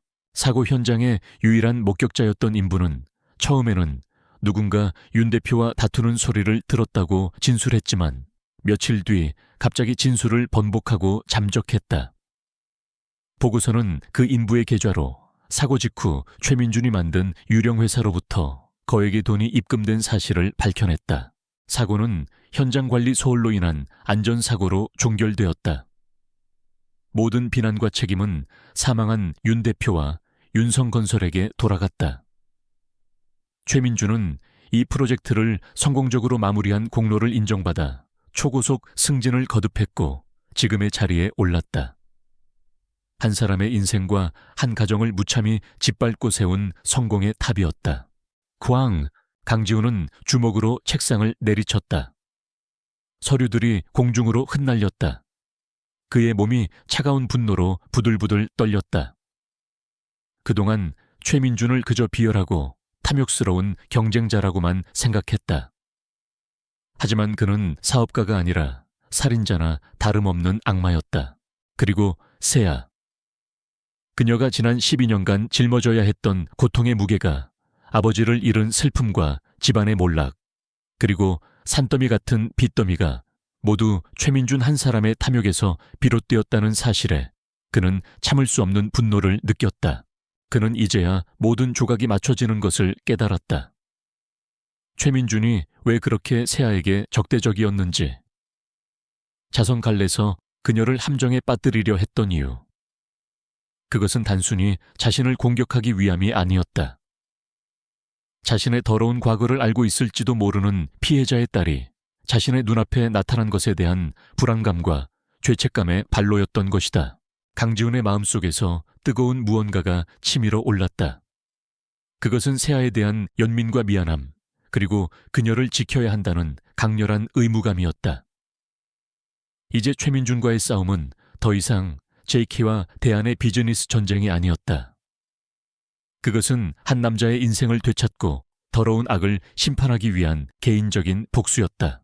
그는 집무실 문을 열고 밖을 보았다. 거실 소파에서 세아가 책을 읽다가 스르르 잠들어 있었다. 최근 며칠간 되찾은 평온함이 그녀의 얼굴에 잠시 머물러 있었다. 강지훈은 그 평온을 지켜주기 위해서라면 무엇이든 할 수 있을 것 같았다. 그는 휴대폰을 들어 김 실장에게 전화했다. 그의 목소리는 강철처럼 차갑고 단호했다. 김 실장, 지금부터 대한그룹과 최민준의 모든 것을 파헤쳐. 자금 흐름, 약점, 비자금 내역까지. 먼지 한 톨까지 다 털어내. 전쟁의 시간이다. 그의 눈이 얼음처럼 차갑게 빛났다. 최민준을 그의 왕국과 함께 무너뜨릴 것이다. 그것이 세아의 아버지에게 바칠 수 있는 유일한 진홍옥이자 세아에게 줄 수 있는 가장 완벽한 정의의 선물이 될 터였다. 강지훈의 선전포고 이후 대한민국 재계의 수면 아래에서는 거대한 전쟁의 서막이 오르고 있었다. JK그룹의 막강한 자금력은 유령처럼 움직이며 대한그룹의 숨통을 조이기 시작했다. 주식시장에서는 원인을 알 수 없는 공매도 공격이 들어왔고 대한그룹이 공들여 온 해외 투자 계약들이 석연치 않은 이유로 하나둘씩 무산되었다. 최민준은 짐승 같은 감각을 지닌 남자였다. 그는 이 모든 보이지 않는 공격의 배후에 강지훈이 있다는 것을 본능적으로 직감했다. 하지만 이유를 알 수 없었다. 자선 갈래서의 실패가 그를 자극했나, 아니면 다른 무언가가 있나 불안감에 휩싸인 그는 강지훈이 자신을 뿌리부터 흔들기 전에 먼저 선수를 쳐야 한다고 판단했다. 그리고 그가 선택한 무기는 가장 비열하고 잔인한 방식이었다. 바로 윤세아의 아픈 과거를 이용하는 것이었다. 며칠 뒤 한 인터넷 연예 매체에 자극적인 제목의 기사 하나가 올라왔다. 단독 JK그룹의 신데렐라. 사실은 복수를 꿈꾸는 구미호 윤세아 부친의 죽음과 대한그룹의 숨겨진 진실. 기사는 순식간에 모든 포털 사이트의 메인 화면을 장식하며 들불처럼 번져나갔다. 내용은 교묘하게 왜곡되고 편집되어 있었다. 12년 전 윤성건설이 대한그룹의 하청을 받아 공사를 진행하다 부도가 난 것은 사실이지만 그 원인을 무리한 사업 확장을 시도한 윤 대표의 경영 실패로 규정했다. 그리고 아버지를 잃고 힘겹게 살아가던 딸 윤세아가 대한그룹에 앙심을 품고 의도적으로 JK그룹의 강지훈에게 접근했다는 악의적인 시나리오를 그려냈다. 그녀를 JK의 힘을 이용해 대한그룹에 복수하려는 교활하고 무서운 여자로 매도한 것이다. 세상은 순식간에 뒤집혔다. 며칠 전까지만 해도 현대판 신데렐라라며 그녀를 치켜쓰던 여론은 180도 돌변하여 그녀에게 잔인한 돌을 던지기 시작했다. 인터넷 뉴스 댓글창과 SNS는 그녀를 향한 원색적인 비난과 인신공격으로 가득 찼다. 어쩐지 근본 없어 보이더라. 불쌍한 척 연기하면서 강지훈을 홀린 거였네. 당장 JK그룹 주식 다 팔아야겠다. 저런 여자가 안주인이 되면 회사 망하는 건 시간 문제. 파장은 JK그룹 내부에도 거세게 몰아닥쳤다. 오너 리스크가 부각되며 주가는 폭락하기 시작했고 그룹 원로들과 이사진의 항의 전화가 빗발쳤다. 그리고 이 혼란을 가장 방해는 이들은 바로 청군자의 내부에 있었다. 당장 그 애를 내보내거라. 한선희 여사는 기다렸다는 듯이 긴급 가족회의를 소집하여 강지훈을 몰아붙였다. 그녀의 옆에서 강태민은 걱정스럽다는 위선적인 표정을 지으며 거들었다. 형님, 저도 이러고 싶지는 않습니다만 회사의 이미지가 걸린 문제입니다. 지금이라도 약혼을 무르고 저 여자와 선을 긋는 것이 그룹을 위한 길입니다. 온 집안이 세아를 마녀 사냥하는 분위기였지만 정작 세아는 자신의 방에서 한 발짝도 나오지 못하고 있었다. 그녀는 침대에 웅크린 채 부들부들 떨고 있었다. 세상의 비난보다 그녀를 더 고통스럽게 하는 것은 기사 속에 담긴 진실의 파편들이었다. 아버지의 회사, 대항그룹, 그리고 복수. 최민준이 던진 왜곡된 정보는 그녀가 까맣게 모르고 있던 과거의 진실을 잔인한 방식으로 후벼 팠다. 그때 방문이 열리고 강지훈이 들어왔다. 그의 얼굴은 평소보다 더 굳어 있었다. 세아는 침대에서 일어나 그를 마주 보았다. 그녀의 눈에는 깊은 상처와 배신감, 그리고 절박한 질문이 담겨 있었다. 알고 있었어요. 그녀의 목소리는 미세하게 떨리고 있었다. 내 아버지의 죽음 대항그룹과의 관계, 당신 전부 알고 있었으면서 나한테 숨긴 거예요. 최민준이 노린 것이 바로 이것이었다. 두 사람 사이의 신뢰를 깨뜨리는 것. 세아의 마음속에 강지훈이 나를 이용한 것은 아닐까라는 의심의 씨앗을 심는 것. 잠시 동안 강지훈의 서재에는 숨막히는 침묵이 흘렀다. 세아의 눈에서 눈물이 방울져 떨어졌다. 강지훈은 대답 대신 그녀의 손목을 잡고 자신의 집무실로 이끌었다. 그는 굳게 잠겨있던 금고를 열어 두꺼운 보고서 한 뭉치를 꺼냈다. 바로 그가 김 실장에게 지시하여 조사했던 12년 전 사건의 진실이 담긴 파일이었다. 그는 파일을 세아 앞의 책상에 올려놓았다. 내가 말하지 않은 건 맞아. 하지만 숨긴 게 아니야. 나도 이 사실을 안 지 얼마 되지 않았어. 그는 세아가 파일을 읽어 내려가는 동안 옆에서 조용히 모든 것을 설명했다. 최민준이 어떻게 불량 자재를 사용했는지, 아버지가 어떻게 내부 고발을 결심했는지, 그리고 그가 어떻게 사고로 위장되어 희생되었는지. 그의 목소리에는 세아를 향한 깊은 연민과 최민준을 향한 서늘한 분노가 뒤섞여 있었다. 네오에게 바로 말하지 못한 건 어떻게 말해야 할지 몰라서였다. 이 끔찍한 진실을 내게 또다시 상처로 안겨주고 싶지 않았어. 모든 준비를 끝내고 최민준을 네 아버지 영전에 무릎 꿇린 후에 그때 모든 것을 말하려고 했다. 그의 진심이 세아의 마음에 고스란히 전해졌다. 그녀를 향한 그의 눈빛에는 단 한 점의 거짓도 없었다. 의심의 안개는 걷히고 그 자리에는 폭풍우 속에서 서로를 마주한 두 사람의 단단한 신뢰만이 남았다. 그녀는 더 이상 그가 자신을 이용했을지도 모른다고 생각하지 않았다. 그는 자신을 지키려 했던 것이다. 세아는 눈물을 닦고 자리에서 일어났다. 더 이상 그녀는 숨거나 도망치지 않을 것이다. 그녀는 피해자였지만 언제까지나 약자로만 머물러 있을 수는 없었다. 고마워요, 지훈 씨. 나한테 진실을 알려줘서. 그녀는 처음으로 그의 이름을 불렀다. 강지훈의 눈이 순간 크게 흔들렸다.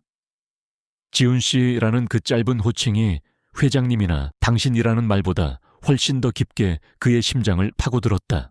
두 사람은 함께 가족회의가 열리는 거실로 나갔다. 그들이 손을 꼭 잡고 나타나자 비난을 퍼붓던 한선희와 강태민의 입이 순간 멈칫했다. 한선희가 다시 날카로운 목소리로 쏘아붙였다. 꼴 보기 좋구나.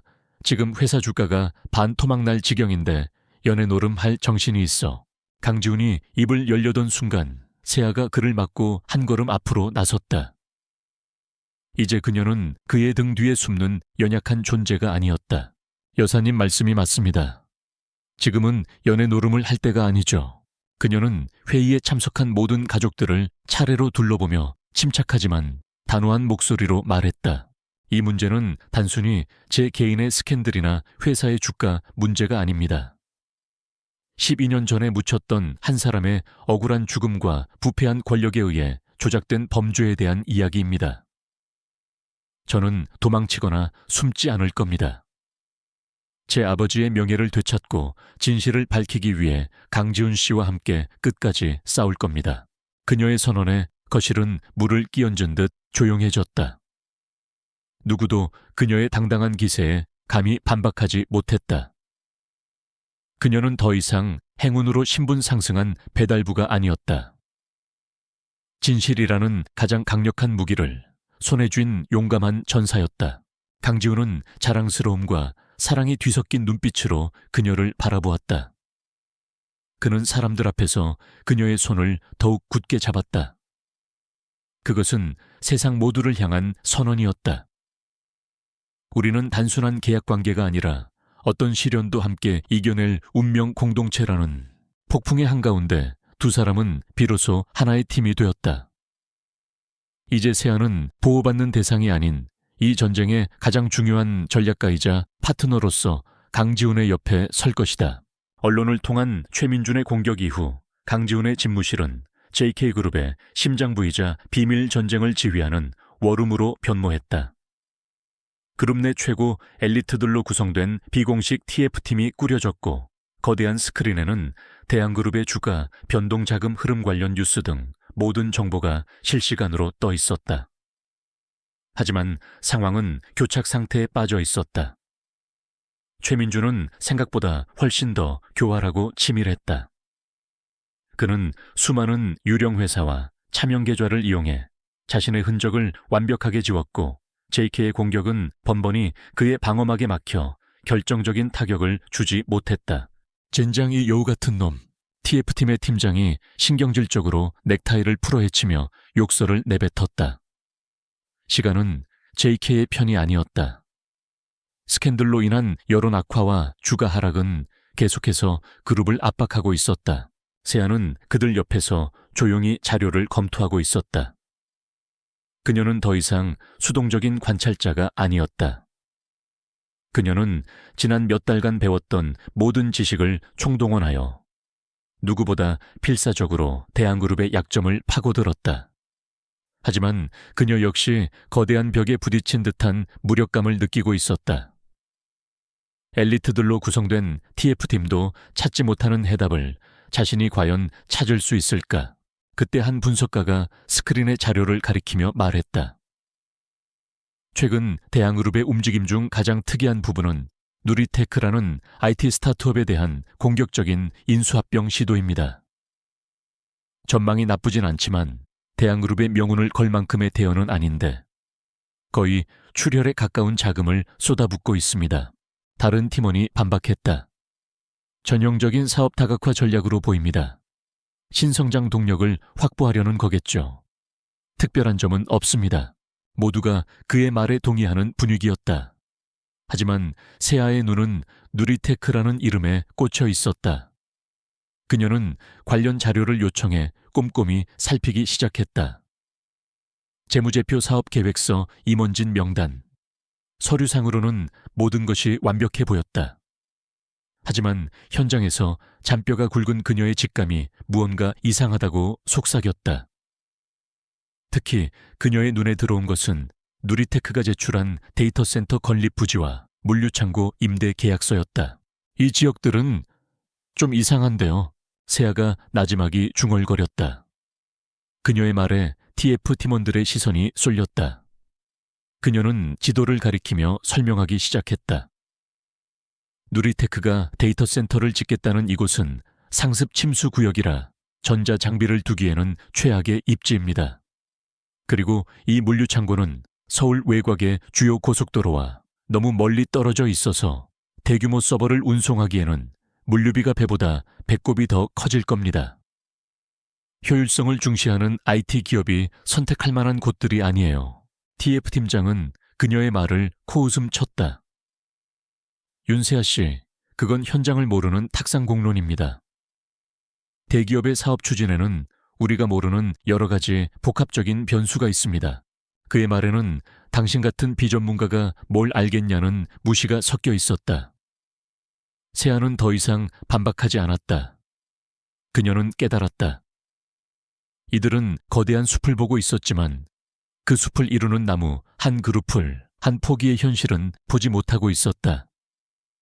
해답은 이 서류 더미 속에 있는 것이 아니라 바로 그녀가 가장 잘 아는 현장에 있을지도 모른다. 그날 밤 세아는 자신의 방에서 몰래 전화를 걸기 시작했다. 그녀가 연락한 사람들은 JK그룹의 엘리트 직원들이 아니었다. 배달 라이더 시절 알게 된 동료들 화물차를 모는 프리랜서 기사 물류창고에서 일하는 아르바이트생. 도시의 혈관을 움직이는 보이지 않는 곳의 사람들이었다. 철수 오빠, 나 세아야. 부탁 하나만 할게. 파주에 있는 누리테크, 물류창고 근처 지날 일 있으면 혹시 그쪽으로 드나드는 화물차들이 있는지 좀 봐줘. 특히 밤이나 새벽 시간에. 영미 언니 혹시 주변에 누리테크라는 회사에 서버 납품했다는 사람 본 적 있어? 그녀는 수십 통의 전화를 돌리며 자신이 구축한 풀뿌리 정보망을 가동하기 시작했다. 강지훈의 팀이 위성으로 적의 진지를 살피고 있다면 그녀는 땅굴을 파고 들어가 적의 심장부로 접근하고 있었다. 며칠 후 정보들이 하나둘씩 그녀에게 도착하기 시작했다. 그리고 그 내용들은 충격적이었다. 화물차 기사인 철수 씨의 제보에 따르면 누리테크의 물류창고로는 밤마다 대한그룹의 로고를 가린 위장 트럭들이 드나들었다. 하지만 이상하게도 트럭들은 무언가를 싣고 들어가는 것이 아니라 텅 빈 컨테이너 박스만 실어 나르고 있었다. IT 부품 업체에서 일하는 지인의 말로는 업계에서 누리테크의 대규모 서버를 납품한 회사는 단 한 곳도 없었다. 그들은 애초에 존재하지도 않는 자산을 서류상으로만 구매하고 있었던 것이다. 모든 조각들이 맞춰지는 순간 세아는 온몸에 소름이 돋았다. 누리테크는 유령 회사였다. 최민주는 IT 기업을 인수하는 척하며 실제로는 존재하지 않는 자산을 사고 파는 방식으로 거대한 비자금을 조성하고 자금 세탁을 하고 있었던 것이다. 윤성건설 사건 때와 똑같은 수법이었다. 그는 조금도 변하지 않았다. 세아는 밤을 새워 모든 증거들을 정리했다. 그녀의 친구들이 목숨을 걸고 찍어 보내준 위장 트럭들의 사진 배송 기록 관련자들의 증언, 그리고 그녀가 직접 분석한 물류 시스템의 허점까지. 완벽한 보고서였다. 다음 날 아침 TF팀 회의가 열리는 워룸의 문이 열리고 세아가 들어섰다. 그녀의 등장에 모두가 의아한 표정을 지었다. 지금부터 제가 브리핑을 시작하겠습니다. 그녀는 조금도 주눅들지 않고 당당하게 스크린 앞에 섰다. 그리고 자신이 알아낸 모든 사실들을 논리적으로 설명하기 시작했다.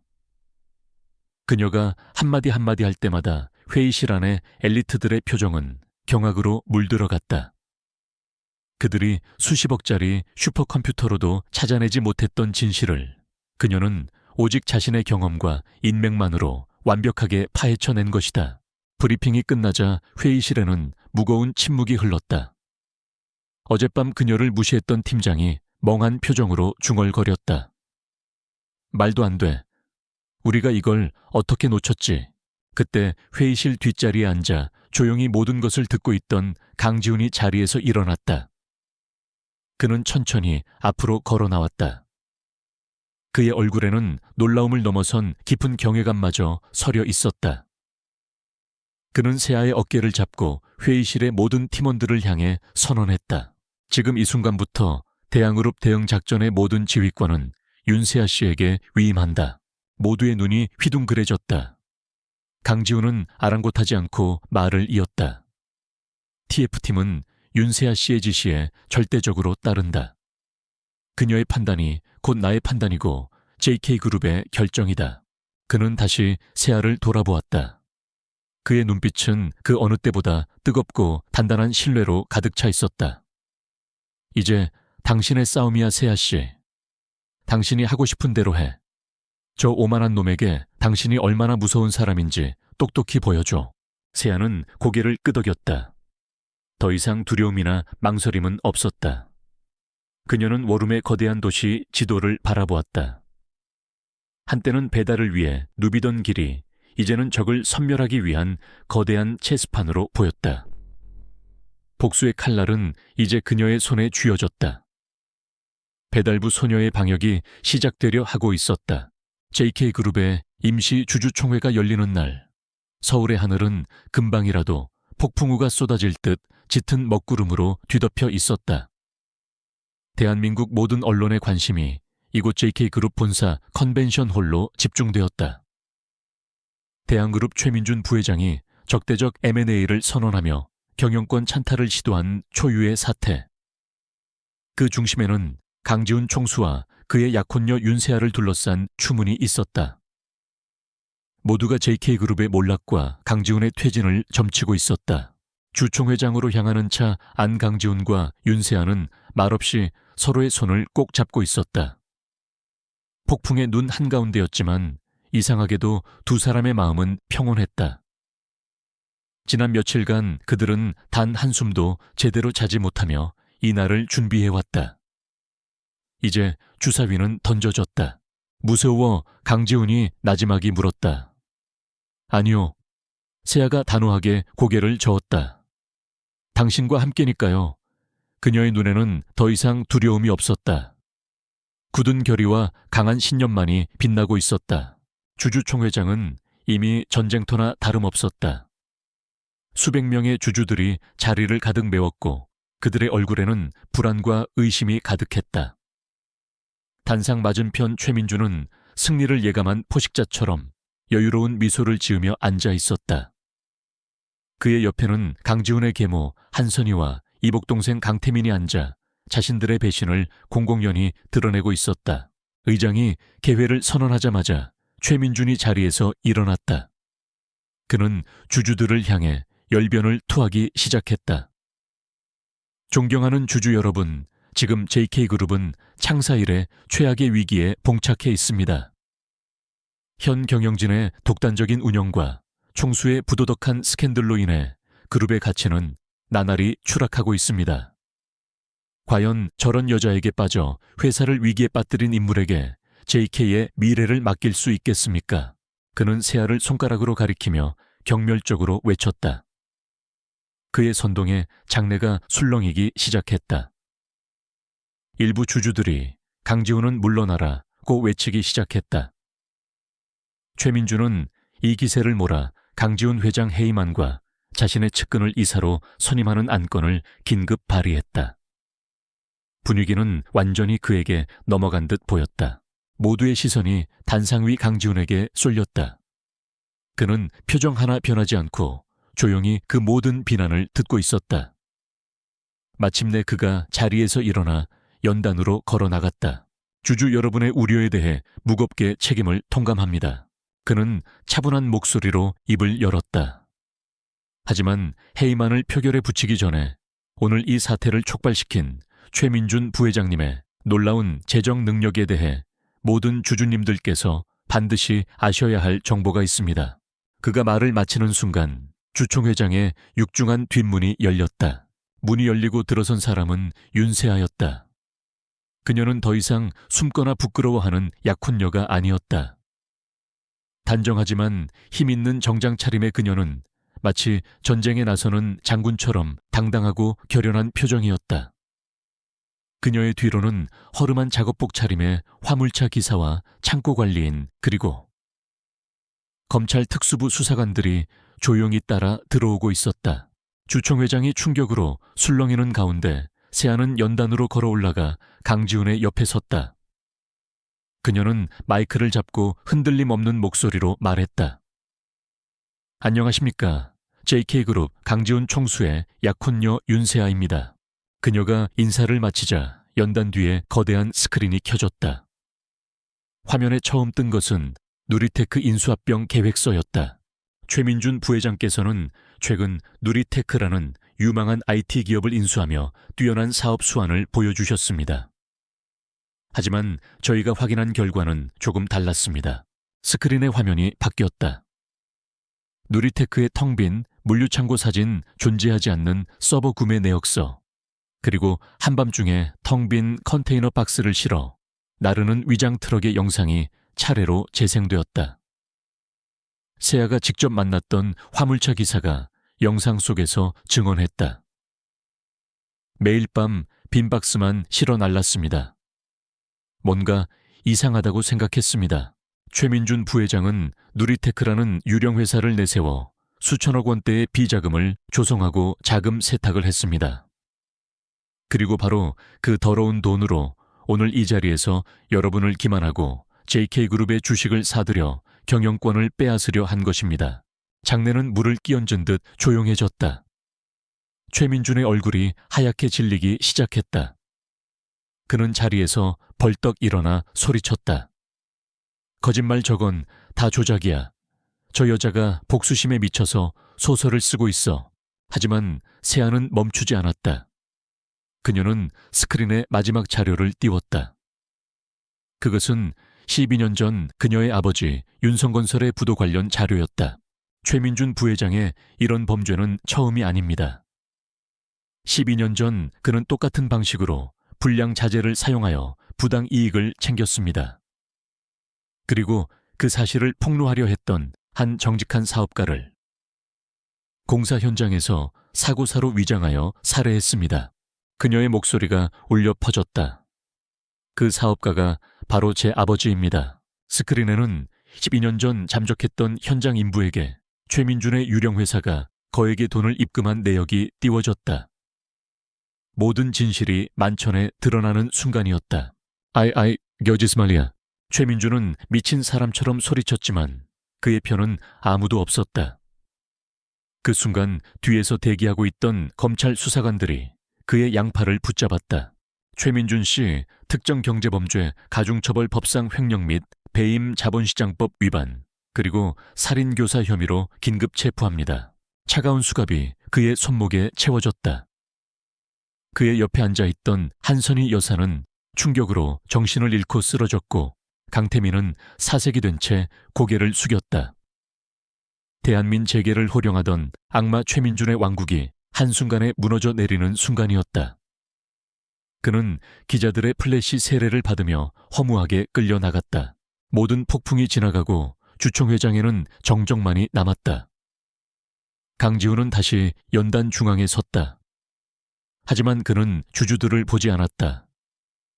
그의 시선은 오직 이 모든 것을 끝낸 여자 윤세아에게만 향해 있었다. 그는 자신의 안주머니에서 서류 한 장을 꺼냈다. 그것은 두 사람이 처음 만났던 날 작성했던 차가운 혼인 계약서였다. 그는 수백 명의 주주들이 지켜보는 앞에서 그 계약서를 천천히 그리고 힘주어 갈기갈기 찢어버렸다. 그리고 그는 연단에서 내려왔다. 그는 혼란의 중심에 서 있는 세아에게로 걸어갔다. 그리고 그녀의 앞에서 JK그룹의 제왕 강지훈이 한쪽 무릎을 꿇었다. 모두가 숨을 죽였다. 그는 자신의 주머니에서 작고 소박하지만 진심이 담긴 반지를 꺼내 들었다. 그의 목소리는 그 누구도 들어본 적 없는 깊은 감정과 사랑으로 떨리고 있었다. 윤세아 SC, 우리의 시작은 거래였고 계약이었습니다. 하지만 당신은 내게 돈으로 살 수 없는 것들을 가르쳐 주었습니다. 진심으로 웃는 법, 타인의 아픔에 공감하는 법, 그리고 사랑하는 법을. 그는 세아의 눈을 깊이 바라보며 말했다. 나는 당신이 내가 아는 그 어떤 사람보다 용감하고 지혜롭고 따뜻한 사람이라는 것을 압니다. 이 계약서는 이제 무효입니다. 그러니 이제 내 온 마음을 다해 묻겠습니다. 나와 결혼해 주시겠습니까? 1년짜리 계약이 아니라 내 남은 평생의 동반자로서. 세아의 눈에서 뜨거운 눈물이 흘러내렸다. 그것은 슬픔의 눈물이 아닌 기쁨과 환희의 눈물이었다. 그녀는 고개를 세차게 끄덕였다. 네. 그녀의 대답에 강지훈은 세상에서 가장 행복한 미소를 지으며 그녀의 네 번째 손가락에 반지를 끼워주었다. 그 순간 냉혹한 기업 전쟁을 목격했던 주주들 사이에서 뜨거운 박수갈채가 터져 나왔다. 그것은 그들의 승리와 진짜 사랑의 시작을 축복하는 소리였다. 거짓말처럼 폭풍우가 지나간 서울의 하늘은 눈부시게 푸르렀다. 대한민국을 뒤흔들었던 JK그룹의 경영권 분쟁은 한편의 드라마처럼 막을 내렸다. 사건의 주범인 최민주는 횡령 배임 살인교사 등 수십 개의 혐의가 모두 인정되어 무기징역에 가까운 중형을 선고받고 법의 심판대 아래 무너졌다. 그의 탐욕으로 세워졌던 대항그룹의 신화도 함께 몰락했다. 강지훈의 계모였던 한선희와 이복동생 강태민 역시 경영권 찬탈 시도에 가담한 죄를 물어 그룹 내 모든 직위에서 박탈당하고 사실상 가문에서 쫓겨나는 비참한 최후를 맞았다. 혼돈의 중심에 있었던 JK그룹은 오히려 위기를 기회로 삼아 더욱 단단해졌다. 강지훈 총수의 리더십은 그 어느 때보다 확고해졌고 그의 곁을 지킨 윤세아는 더 이상 신데렐라가 아닌 지혜와 용기로 그룹을 구해낸 영웅으로 대중의 존경과 사랑을 받게 되었다. 주주총회가 끝나고 몇 달이 흐른 어느 가을날 오후 천군제에는 과거의 냉랭함 대신 따스한 온기가 감돌고 있었다. 강만철 회장은 처음으로 윤세아를 자신의 서재로 불렀다. 짙은 먹향이 배어있는 고풍스러운 서재에서 그는 세아에게 직접 끓인 차를 대접했다. 그동안 내가 사람을 잘못 봤다. 강 회장은 무뚝뚝하지만 진심 어린 목소리로 입을 열었다. 나는 네가 그저 돈이나 보고 우리 지훈이에게 접근한 아이인 줄로만 알았다. 늙은이의 편견이 얼마나 어리석은 것인지 너를 통해 배웠다. 그는 찻잔을 내려놓고 세아의 손을 잡았다. 거칠고 주름진 손이었지만 그 안에 담긴 온기는 따뜻했다. 네가 우리 가문을 그리고 JK를 구했다. 고맙다 아가야. 우리 지훈이 곁에 앞으로도 평생 함께 있어다오. 이 늙은이가 주는 마지막 부탁이다. 세아는 눈시울이 붉어졌다. 그녀는 이 집안에 처음 발을 들였던 날 느꼈던 서러움과 모멸감을 떠올렸다. 그리고 지금 이 집안의 가장 큰 어른으로부터 받은 진심 어린 사과와 인정은 그녀의 마음속에 남아있던 마지막 응어리마저 깨끗하게 녹여주었다. 그녀는 이제 명실상부한 이 집안의 사람이 되었다. 세아는 단순히 총수의 아내라는 자리에만 머무르지 않았다. 그녀는 자신의 새로운 역할을 스스로 찾아 나섰다. 그녀는 강지훈에게 제안하여 JK그룹 산하에 사회적 책임재단을 설립했다. 이름은 돌아가신 아버지의 회사를 기려 윤성재단이라 지었다. 윤성재단은 과거의 그녀처럼 어려운 환경 속에서도 정직하게 꿈을 키워나가는 작은 기업들과 사회적 약자들을 지원하는 일을 했다. 그녀는 책상에 앉아 서류만 검토하는 이사장이 아니었다. 과거 배달 일을 하던 시절처럼 직접 현장을 누비며 사람들의 이야기를 들었고 그들의 실질적인 어려움을 해결해 주기 위해 발벗고 나섰다.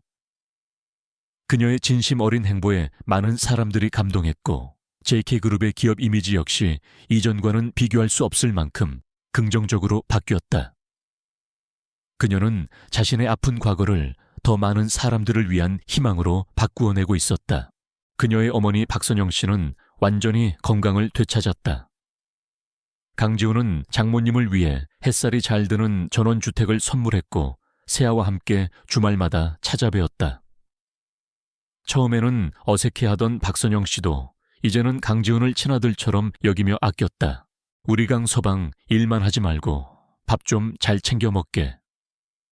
우리 세아가 속 썩이는 일은 없고 어머님 세아 씨는 제가 아는 누구보다 완벽한 사람입니다. 속 썩을 일이 없습니다. 어머니가 차려준 따뜻한 집밥을 먹으며 소소한 대화를 나누는 강지훈의 얼굴에는 과거의 냉혈한 기업 총수의 모습은 온데간데 없었다. 그는 그저 사랑하는 아내와 장모님 앞에서 행복한 미소를 짓는 평범한 한 남자일 뿐이었다. 세아는 그 모습을 보며 돈으로 시작되었던 이 기묘한 인연이 진짜 가족의 사랑으로 완성되었음을 실감했다. 그리고 마침내 첫눈이 내리는 겨울의 초입에 두 사람의 진짜 결혼식이 열렸다. 결혼식은 세간의 이목을 끈 화려한 행사가 아니었다. 천군제의 정원에서 정말로 그들을 아끼고 사랑하는 소수의 가족과 친구들만 모인 채 작고 따뜻하게 치러졌다. 순백의 웨딩드레스를 입은 세아는 세상에서 가장 아름다운 신부였다. 강지훈은 그런 그녀에게서 한시도 눈을 떼지 못했다. 두 사람은 서로를 마주보고 세상의 그 어떤 계약서보다도 더 단단한 사랑의 서약을 나누었다. 나 강지훈은 윤세아를 나의 아내로 맞아 기쁠 때나 슬플 때나 부유할 때나 가난할 때나 아플 때나 건강할 때나 언제나 사랑하고 존중하며 나의 모든 것을 다해 그녀를 지킬 것을 맹세합니다. 나 윤세아는 강지훈을 나의 남편으로 맞아 당신의 차가운 세상에 내가 유일한 온기가 될 수 있도록, 당신의 지친 어깨를 기댈 수 있는 유일한 안식처가 될 수 있도록 평생 당신 곁에서 함께 울고 함께 웃을 것을 맹세합니다. 그들의 진심 어린 서약에 하객들은 뜨거운 박수를 보냈다. 강지훈은 세아의 얼굴을 감싸고 그녀의 입술에 부드럽게 입을 맞추었다. 그것은 차가운 계약의 시작을 알렸던 첫 만남과는 전혀 다른 따뜻하고 영원한 사랑의 시작을 알리는 키스였다. 결혼식이 끝나고 며칠 후 두 사람은 아무도 없는 동해의 작은 해변을 찾았다. 거창한 신혼여행 대신 그들은 둘만의 조용한 시간을 택했다. 붉은 태양이 수평선 너머로 떠오르는 새벽 두 사람은 외투를 나눠 입고 백사장을 거닐었다. 기억나요? 우리가 처음 만났던 그 비 오는 날. 세아가 먼저 말을 꺼냈다. 어떻게 있겠어? 강지훈이 웃으며 대답했다. 내 메말은 세상에 처음으로 날아든 작지만 당돌했던 반딧불이 같았는데 그는 걸음을 멈추고 세아를 자신의 품에 가득 안았다. 파도 소리만이 두 사람을 부드럽게 감쌌다. 그날 나는 내 문제를 해결하기 위해 당신을 돈으로 사려고 했어. 내가 얼마나 오만하고 어리석었는지 몰라. 당신을 사려다 오히려 내 세상을 전부 당신에게 저당 잡혔으니까. 그의 품에 안긴 세아가 고개를 들어 그를 바라보았다. 나도 마찬가지예요. 당신을 내 절망을 해결해 줄 동아줄이라고만 생각했죠. 그런데 그 동아줄 끝에 내 운명이 매달려 있을 줄은 꿈에도 몰랐어요. 두 사람은 한참 동안 말없이 서로를 바라보았다. 수많은 역경과 오해 아픔을 겪고 마침내 하나가 된 두 사람의 눈에는 서로를 향한 깊은 사랑과 신뢰, 그리고 존경심이 가득했다. 강지훈은 그녀의 이마에 부드럽게 입을 맞추며 속삭였다. 사랑해 윤세아, 내 세상의 유일한 빛. 나도 사랑해요 지훈 씨. 내 인생의 가장 큰 선물. 마침내 수평선 위로 장엄한 해가 떠올랐다. 길고 어두웠던 밤이 지나고 폭풍 우 뒤에 찬란한 아침이 밝아오고 있었다. 두 사람은 떠오르는 태양을 함께 바라보며 서로의 온기를 나누었다. 그들의 앞날은 저 태양처럼 밝고 따뜻할 것이었다. 계약으로 얽혔던 총수와 배달부 소녀의 기적 같은 사랑은 이제 막 진짜 시작을 알리고 있었다.